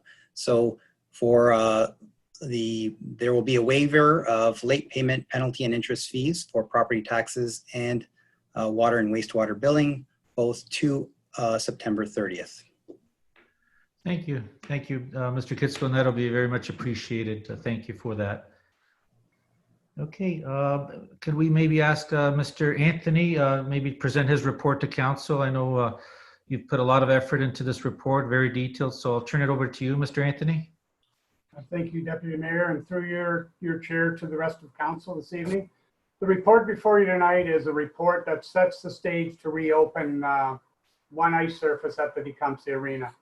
As council will recall, on approximately March 17th, through the provincial order, all recreation facilities, were shut down. Since that time, there's been a number of directives from the province. It's been challenging, I can say, that the directives did come very quick. We didn't have a lot of advance notice. We found out about things somewhat at the same time the public did, and then we had to scramble to try to put things back in place. This proposal tonight gives us an opportunity to make a made-in-Tecumseh solution to the recreation services at the arena. During the downtime, I must say there's a couple items that I would like to address. One, it did give us an opportunity to get a number of capital projects that we had on board this year done without the interference of having to work around the equipment operating. We were fortunate. Just shortly after we were shut down, we had a brine line leak in Rink B, which allowed us, it would have been a disruption of service. We were still in the middle of March. So we were able to get that addressed and fixed. We also had a water main line leak into the building, which again would have provided another interruption to our services during the early spring. That was able to be addressed. And then certainly recently we just had the refrigeration equipment in Rink A completed and finalized. So we're in good shape there. The other issue I will bring towards council's attention is certainly Rink A and B were part of our setup for flood mitigation. So if there was a reception center required, we were going to use Rink A and B. Under the proposals you're receiving tonight and upon your consideration and approval, we will then move to the Legion as the #1 spot for a flood reception center because obviously one ice surface will be back in August, and then the second upon demand will go back in September. So it would make the arena itself, the 2 ice surfaces, unavailable. Right now, we are currently under phase 2, and we can open under phase 2 with a restriction of 10 individuals. So 9 skaters and a coach or a trainer on the ice surface, 1 additional parent in the stands, not in the arena, but inside the building to watch. Those are for children that are under the age of 18. There was an amendment to the initial order that did come out, only allowed individuals to train under the Hockey Canada or OHF banner or the National Figure Skating Program. That still remains in place, but as well, they have now extended the order to allow individual businesses to also rent ice. As we move to phase 3, and we're all hoping that may occur as early as tomorrow, if it does, they are able to increase their bubble to 50. So they could run a league of 50 individuals, but you have to stay within those 50 individuals. You can't crisscross and have 2 leagues of 50 and play each other. You have to stay within that bubble. And it allows us to be able to, once again, expand the programming at the facility. We have had a fair amount of interest from our local groups. We've had some high interest from figure skating clubs locally, our figure skating club, our minor hockey. We continue to talk to about some kind of a reopening in September. What that looks like right now, none of us still know. The directives are that no contact sports are going to be played at this time and continue unless the province does increase those numbers from 50. There would be that bubble of 50 for participation. Also, one of our tenants, PowerTech Hockey, has got a program that could operate under phase 3, which would give the youth in our area a good opportunity to play some good 3-on-3 or 4-on-4 hockey, which again stays within the mandate of the province. So as you can see from the strategies that we've put forth, the scenario that we're recommending is we go with 1 ice surface starting on the 10th of August.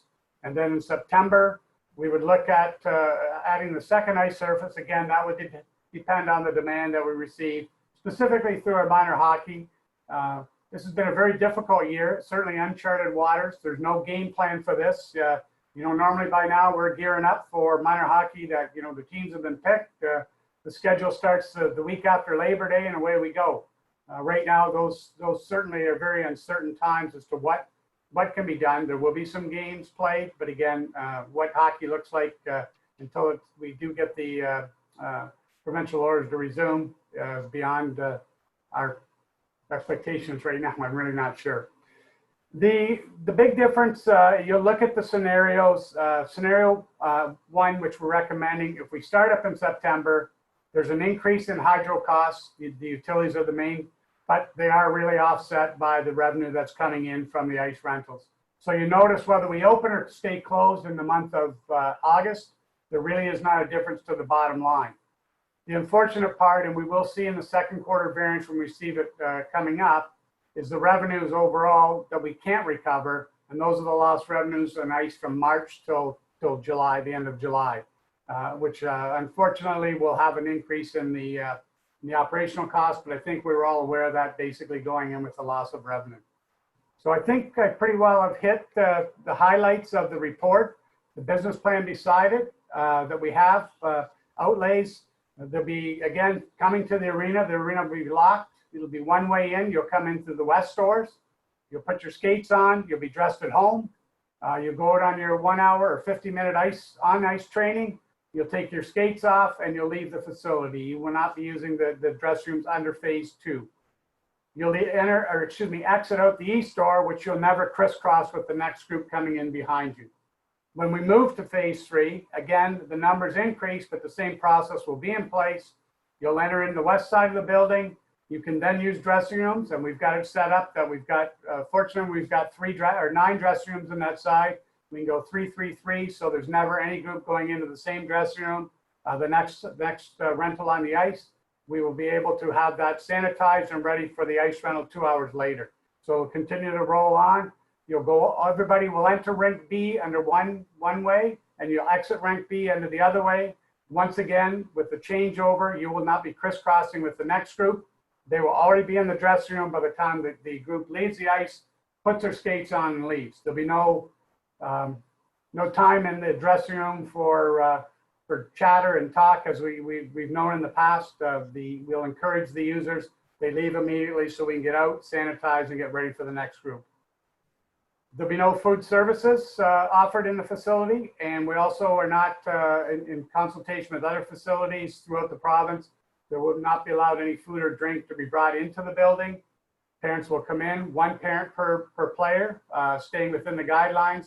That parent will not be able to leave the building. If they do leave the building, they will not be able to re-enter until that rental is done. They'd have to wait outside for their individual. So there won't be a coming and going. So we've got a plan in place for safety of our staff and the users of the facility. That's utmost important, and that's what we will be certainly preaching. So I'm open to any questions if anybody has anything further on the report or any of the operation that we are putting forth.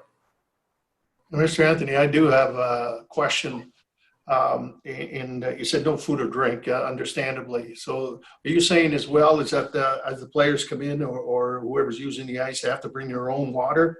Or is there, because obviously fountains are a no-no and so forth, so they have to bring their own? That is correct. We have a policy that's going out to the renters when they have a contract. It will be notified, the same thing with the parents about leaving, not coming in with food, water bottles. All the organizers who will be renting the ice will be responsible to ensure that their people coming in, yes, they bring their own water and they leave. So our fountain that we have in the hallway will be shut off. We'll be shutting down the vending machines as well, removing the candy machine so that there's no other opportunity we're removing as many touch points as possible. Okay. Deputy Mayor McKetty. I'm prepared to make the motion, your mayor, and then I'll speak to it if I get a supporter. Okay, the Deputy Mayor moves and supported by Councillor Tonio. Deputy Mayor. Thank you, Your Honor. I just want to extend my appreciation to administration and Marg and Paul. You worked hard to provide this service for our community. As you can see, there's a big demand for it, and allowing as this pandemic evolves, there's going to be a demand for services, and if you do it in a safe manner, we have the facility. And we're actually being leaders there. And I really liked in the report where you said, the made in Tecumseh approach where, you're offering this based on the needs and what works for us, because it's not a one size fits all. Certain facilities don't have certain entrances. And in terms of our setup here, I know it's going to be well received. So kudos to your team and thank you for offering this a little bit earlier. You wouldn't believe 2-3 weeks, the difference it makes at a student athlete that wants to get on the ice, and giving them that opportunity is very much appreciated. So thank you. Okay, any further questions or comments to Mr. Anthony? Yes, Councillor Altenhoff. Thank you, Worship, and through you, I also want to echo the words of the Deputy Mayor and appreciate kind of the analysis which was done. And I think you've alluded to it quite well, Mr. Anthony. Again, I want the residents to know, and I think paramount to all of us is the safety of our residents. And, again, we're in uncharted waters, as you've indicated. Things could change tomorrow or by the end of the week, certainly. So I think we're certainly taking a conservative approach as we move forward. We will always kind of continuously be looking at things. If anything kind of goes astray and off the bad path, we will certainly have to adapt accordingly. And I think that's one thing you articulated. But I just wanted to highlight it again for the utmost safety of our residents. But thank you. Yeah, I just want to add to your comments, Councillor Altenhoff. I think that's the messaging to the folks that are using the facility, and that is it's critical that we follow the guidelines to a T, and there's no deviation whatsoever. And it's one strike and you're out, and I think that's critical because obviously we're dealing with something here that we have absolutely can't control. The pandemic itself, but we can certainly do everything that we can to stop spreading it. And so I just want to echo the comments made by the Deputy Mayor as well. I think these, you've taken the measures to the utmost. So I think I feel very comfortable also in supporting the reopening. So on the motion, no further comments. All in favor? Opposed, if any, and that's carried unanimous. Next, we also have a recreational virtual programming online safety policy, and I'll ask. Again, Mr. Anthony, if you want to bring your report forward and give us, the highlights of that report. Thank you. And again, Mayor McNamara, through your chair, certainly recreation sector has very much been affected by COVID-19 and our delivery of services. Staff have worked very hard under the leadership of both Carrie and Brett and the 4 students that we had on, to make things as best as possible for our residents in a time when they certainly need something to do. This kind of piggybacks, on top of the virtual recreation complex that we did earlier this year to give the residents an opportunity to go online, assess some virtual activities, and prepare and try to get through some of the very difficult times. As a follow-up to, I think, earlier comments as well from Councillor Dowie earlier this year, in addition to the virtual programming and that we're going to offer, there's also going to be some reintroduction of some on-site in the parks programs for residents. We've got chair fitness for adults. We have urban polling, walking, and we have power off and play. These will be offered at different times throughout the week in different parks to move things around. We're trying it out to get some activities. You register online. We've already had some pre-registrations that have already shown some interest in it. So I think staff have really made an attempt to try to keep people busy. It's very difficult again. We would have loved to have had this in place maybe in July, but it's taken some time to get the staff on, the students on. They're much more adventurous and able to get into the programming. And I think you saw earlier this week, the splash pad, they put together that video on their own. And they're doing one similar to that in swimming. So really some great initiatives, and some very proud to say that they're students of ours that are really stepping forward to assist our staff and put forth really some excellent programming for our communities. We'll continue to do this as we go through, as we committed to earlier. As we said in the last report, these are certainly uncharted waters. As we move into phase 3, once again, the numbers increase for outside activities. So we may be able to offer a few more things while the weather does stay nice. And certainly council has the commitment of our department to continue to keep our residents active and in motion as best as possible. Okay, thank you very much for the report, Mr. Anthony. Any questions or comments on the report? Councillor Dowie? Thank you, Worship. Actually, just more of a comment on what Mr. Anthony has just reported. I thought those videos were phenomenal. I'd love to see more examples out there, and certainly we got some great staff, some very dynamic staff, and so certainly keep it up is a great idea, and I love seeing it. Okay, thank you. Any further comments, members of council? If not, I'm looking for a mover and a seconder of the report as presented. Councillor Dowie, Councillor Tonio. All in favor? Those if any, that is carried. All right, we'll move on to the Planning and Building Services 2020-25 CIP grant for 11870 Tecumseh Road. I believe Mr. Hillman, if you could bring your report forward and give us some highlights of the report. Yes, thank you, Mr. Mayor.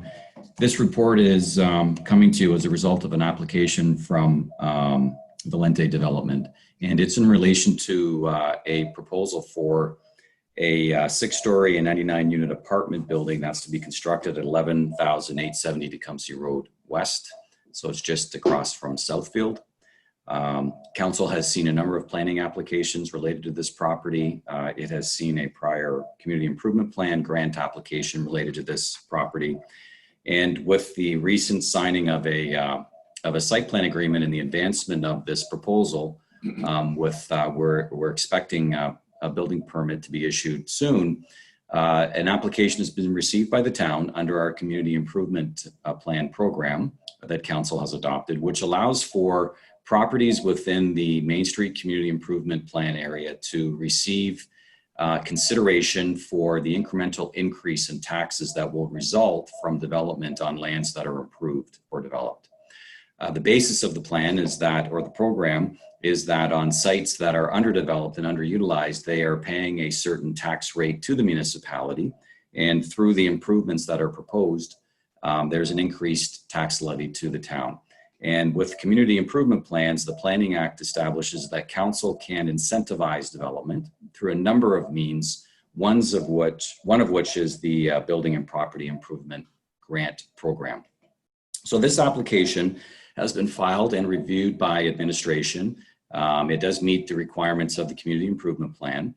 And it would result in some estimated valuations that we've put together through Tom Kitsos in the Treasury Division and Zora, along with information from MPAC. And it's estimated that the incremental increase in taxes when the development is complete would be approximately $150,000 of the municipal portion of the tax levy to the municipality. That would be granted back for 5 years, after which the town would collect it as would be the normal circumstance and as would be calculated at that time.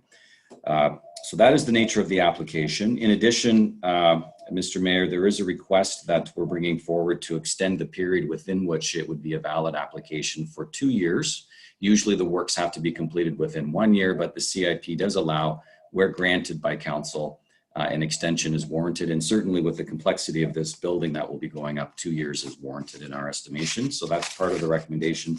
And I just wanted to also make note, Mr. Mayor, that the owner has filed with CMHC.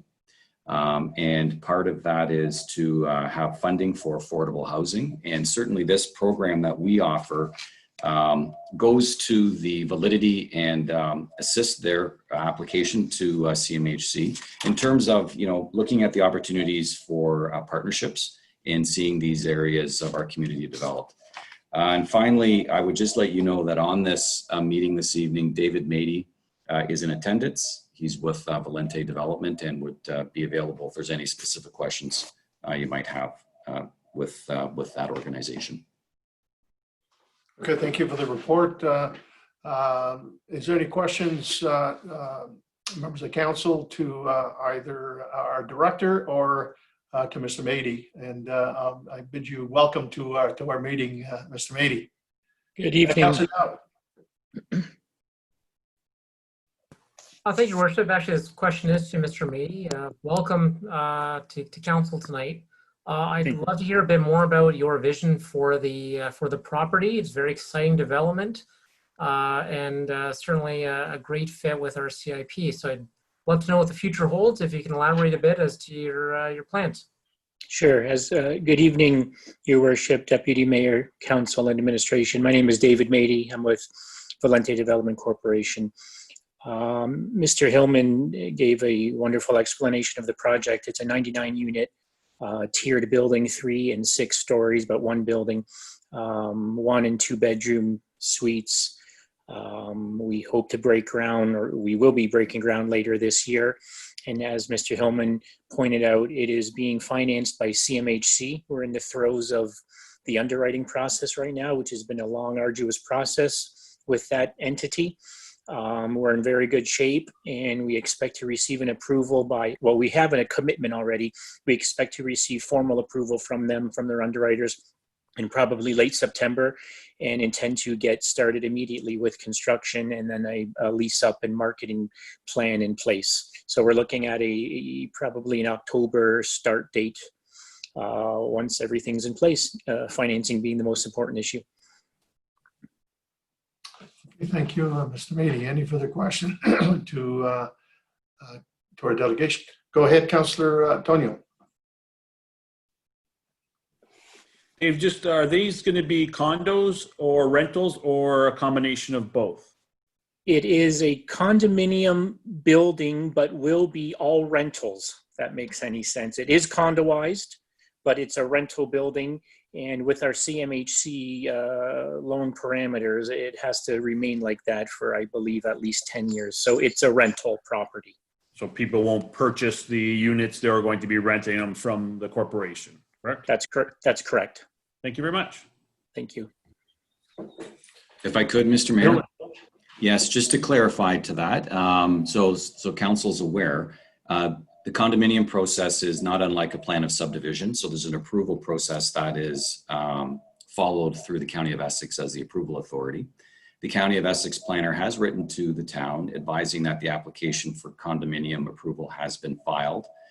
We will be bringing, and under those circumstances, the county is asking that council hold a public meeting on the county's behalf. So we are scheduling that for the first council meeting in August, which I believe is the 11th. The 11th. Thank you, Mr. Mayor, if that's the case. And yes, the 11th. And we will have a report on that agenda for council to consider. And really, it's an opportunity to hear any last input that may affect that condominium approval. And we'll summarize the nature of the application and so on. So you will see a little bit more on this file as a council one last time at that time. Okay. Any further questions, members of council? We do have the report that the grant application for the Tecumseh Road Main Street Community Improvement Plan Financial Incentive Program for the property located at 11870 Tecumseh Road, roll number 37440, and a whole bunch of zeros, 400, be deemed eligible and approved for the Building and Property Improvement Grant Program, the amount of which will be determined based upon the incremental increase in the municipal portion of property tax that results from the works being completed in relations to the construction of the 6-story, 99-unit apartment building proposed for the subject property, all of which is in accordance with Section 11.35 of the CIP and with the Planning and Building Services -2020-25, and that the construction timeline requirement for the proposed development be extended from 1 year to 2 years in accordance with Section 11.35 of the CIP and with the again, Planning and Building Services 2020-25 designation. So on the motion, all in favor? Opposed, if any? That's carried unanimous. Mr. Mady, thank you, and good luck, and we'll be glad to help you break ground in October. Thank you very much, and have a wonderful evening. You too. Thanks again. We'll move on to Public Works, Environmental Services.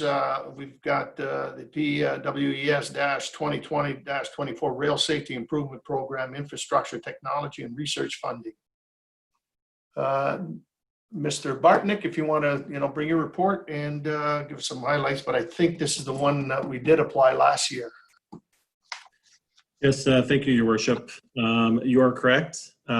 So the report before you this evening is requesting that administration be authorized to submit an application to the 2021-2022 intake of the Rail Safety Improvement Program.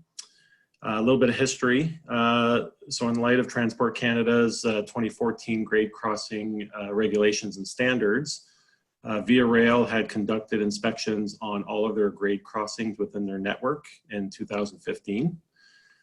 The town has 2 rail crossings, one at L'Esperance Road and the other just west of Lacoste Boulevard. The L'Esperance Road approach gradient exceeded the recommended maximum and was identified for improvements. And as you alluded to, Your Worship, the town did apply last year and was just recently received correspondence at the end of June that we were unsuccessful with our application. But part of that correspondence, we were also informed that the deadline for the 2021-2022 intake closes on August 1st, 2020. So we still have a few days left here in the end of July. The financial implications, the total project for the improvements of the L'Esperance Road Via Rail crossing, we had estimated at about 1.5 million. That also incorporated the design elements that were being proposed as part of the Tecumseh Road CIP/streetscape project. So a total project cost of 1.5 million. The grant program is 80%, maxing out at 10 million. So the federal funding that we're seeking is just a little bit more than $1 million. And the amount that would be funded by the town is just a little bit over $500,000. So the last thing I'd also like to identify is the L'Esperance Road Via Rail Improvement Project was included as part of our 2020 capital works plans with some funding allocated for detailed design this year. The works have not yet commenced as we have been awaiting word on the status of our previous application. So we would likely postpone starting the design with your blessing to apply for this next intake of the program to see if we are eligible. Thank you. And with that, we'd be carrying over, obviously, the budget amount to 2021. Yep. Councillor Dowie? Thank you, Worship. Question for Phil. My understanding from this program is the railways are expected to kick in a portion of the cost. I don't see Via Rail's share among the table. Are they not prepared to contribute financially? Through you, Your Worship, to Councillor Dowie, I believe the program was specific on essentially what came first. Was the railway there prior to the road, or was the road there prior to the railway? And that would dictate the ownership of the crossing itself. In this case, it would fall on the town as the railway was there prior to the road. Or was it the question I think he might have been asking is, I mean, the truck is owned by CN. Via uses it on behalf of, and so CN, that's their well, I guess you could say their responsibility, but.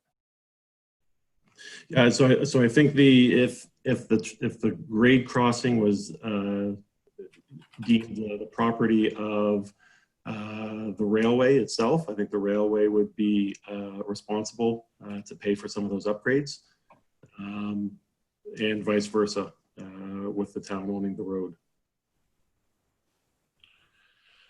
Okay, Councilor Dowie? yeah, you know what? I've filled just reason I ask is I filled out one of these before, and just from my day job, and you know, maybe the rules have changed in the last couple of years, but certainly at the time, the railway was expected to contribute. Granted, if they said no, then probably the project wouldn't proceed. But so that's the reason for my question. You know, in the past, they did require a railway contribution. The application for this intake is somewhat similar to previous year, even from last year, but there has been some significant changes to it. So I'm wondering as the program continues over the years if they have made some changes to that. Okay. Any further questions to the director? Not then, need a motion that administration be authorized to submit an application to the federal government for funding under Rail Safety Improvement Program Infrastructure Technology Research Funding, RSIP-ITR 2021/2022 intake for the Via Rail crossing at L'Esperance Road. That's the Chatham mile marker 99.31.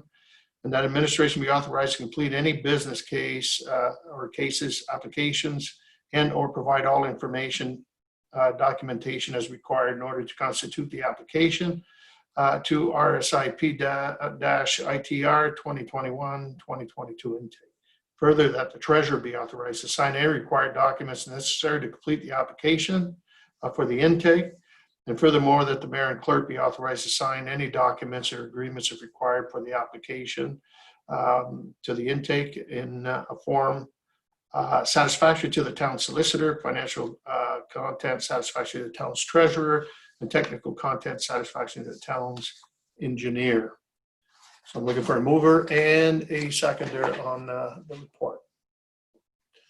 Councillor Altenhoff, Councillor Tonio, all in favor? Opposed, if any? That report carries. Move on to bylaws, Madam Clerk.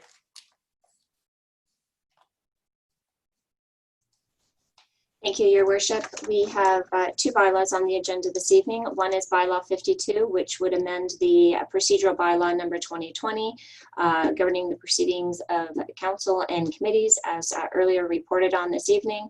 And the second bylaw is bylaw number 2020-53, which authorizes the signing of a service agreement with the dog controller Bill Burney for the years 2021 and 2022. We're respectfully asking for first and second readings to these bylaws and, if appropriate, third and final.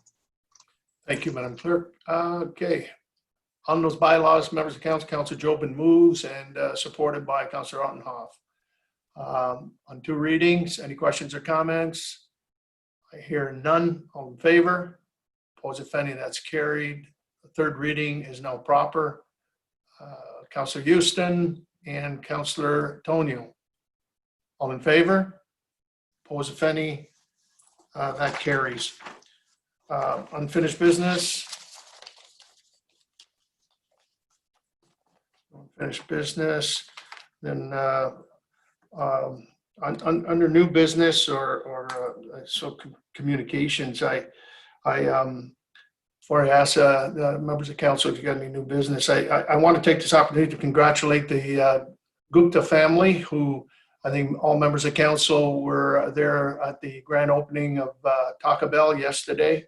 It's quite wonderful to see new businesses actually opening up during, in the midst of a pandemic. And so there was a great show of support from members of council. So I really thank each and every one of you that attended that opening. You could see in the owners, that was greatly appreciated. And lo and behold, today, it seems that one success breeds another. And we did a groundbreaking today for the Oven 360, another business that's relocating in the CIP area next to Frank Brewery. So it's certainly wonderful to see the community, not only adding to residential components, but looking at the commercial businesses that are seeing the potential of relocating and building their businesses in our community. So again, I want to certainly take this opportunity to thank council that were there today to show their support, and also to our CAO who took part of the groundbreaking presentation. So I thought that was good, and to add to what we're seeing in the future developments in our community, especially in that CIP area. Councilor Houston. Thank you, Your Worship. Just on the heels of that, I know one business, that opened in town really in the middle of a pandemic was India 47. They haven't yet had a grand opening, but I know every time I drive by that place, it is completely packed. It's received rave reviews online. With social distancing. Yeah, absolutely. Right. They've expanded into the parking lot. So, again, when I know when they are going to have their grand opening, council and BIA will have the opportunity, to be there. But, it's, certainly nice to see, these pockets of new businesses, sustaining and really taking off in light of the current market conditions. Yes, thank you for bringing that business forward. Any further new business council would like to bring at this time? Councillor Ottenhoff, Deputy Mayor Bichetti.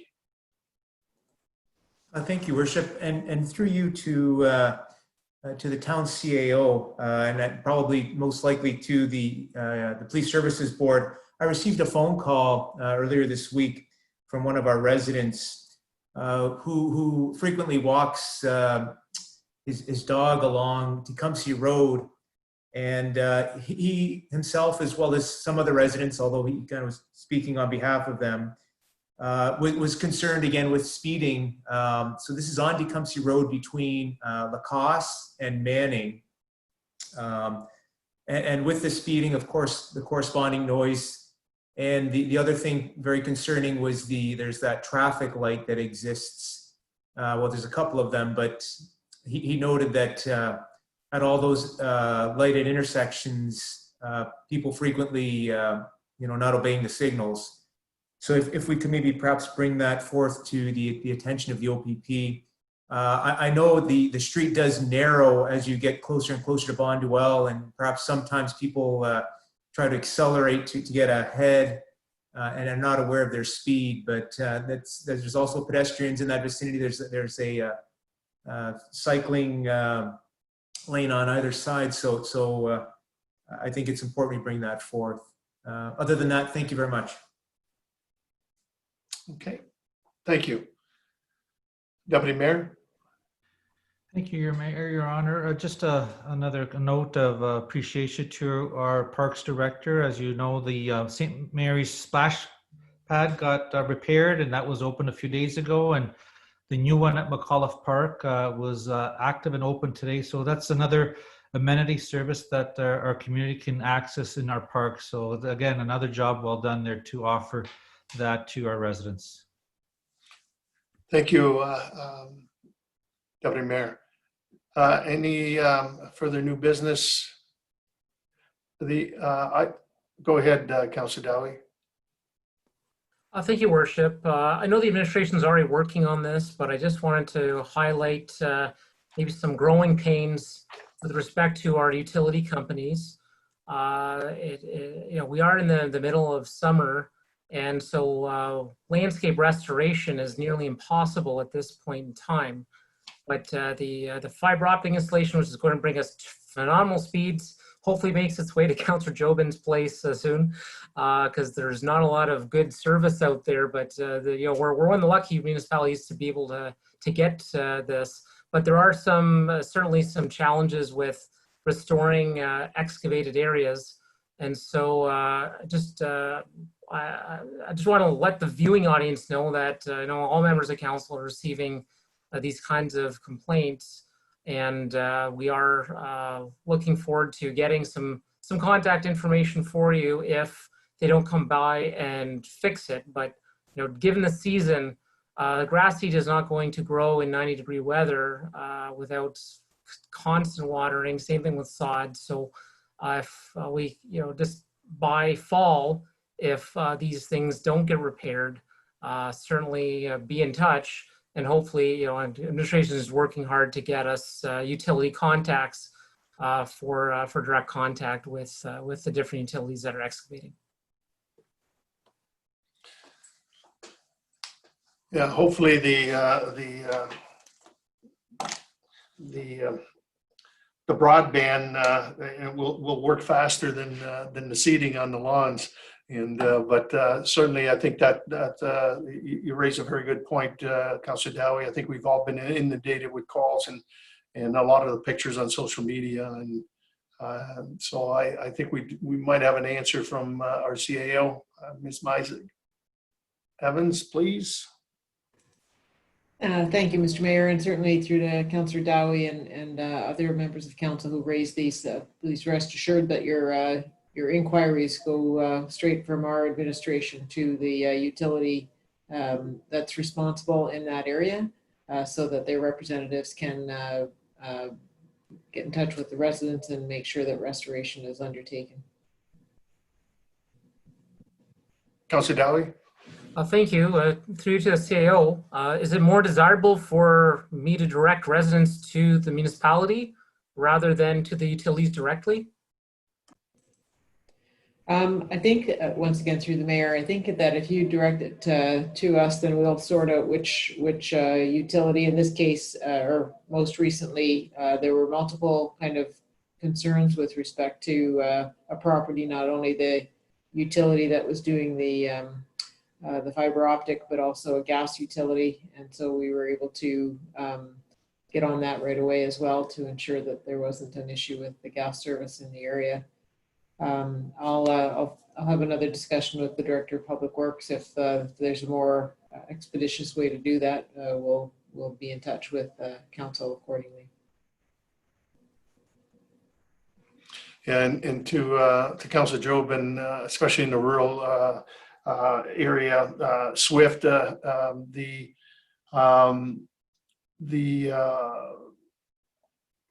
broadband expansion in the whole county of Essex, including the Ward 5, is going to happen. I know that the tenders under Swift are closing in September. And so there will be an expansion to the service into the rural area of our municipality coming, by 2021. So just have to be patient a little bit, and the broadband will be improved. And so we've been waiting a long time for that, and that's one of the programs that's been supported by the lower tier municipalities in the county of Essex, and through the SWIFT program. So I just wanted, so if folks are calling you on obviously broadband, it's coming. Thank you for the update, Mr. Mayor, and I do appreciate that. Just this evening, I was experiencing my own difficulties here. I don't know if you're catching me now, but a lot of freezing going on, but thank you for the update. Yeah, okay. Any further new business? The only one I have is, and it's rail crossings, but the one at L'Esperance, the CP rail, I don't know if Phil's still on.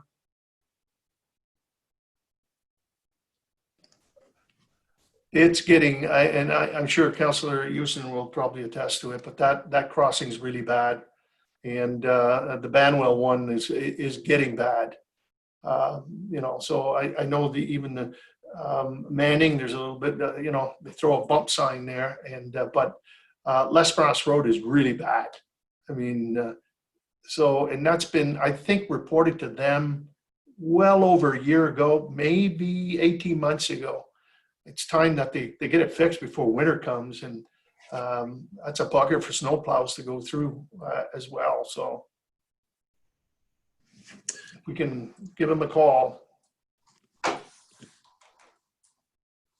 Okay, no further business, then confirmatory bylaw is now in order on the proceedings of our meeting this evening. Three readings, Councillor Toniol and Councillor Altenhoff. All in favor? Those if any, that's carried. Any notices of motion?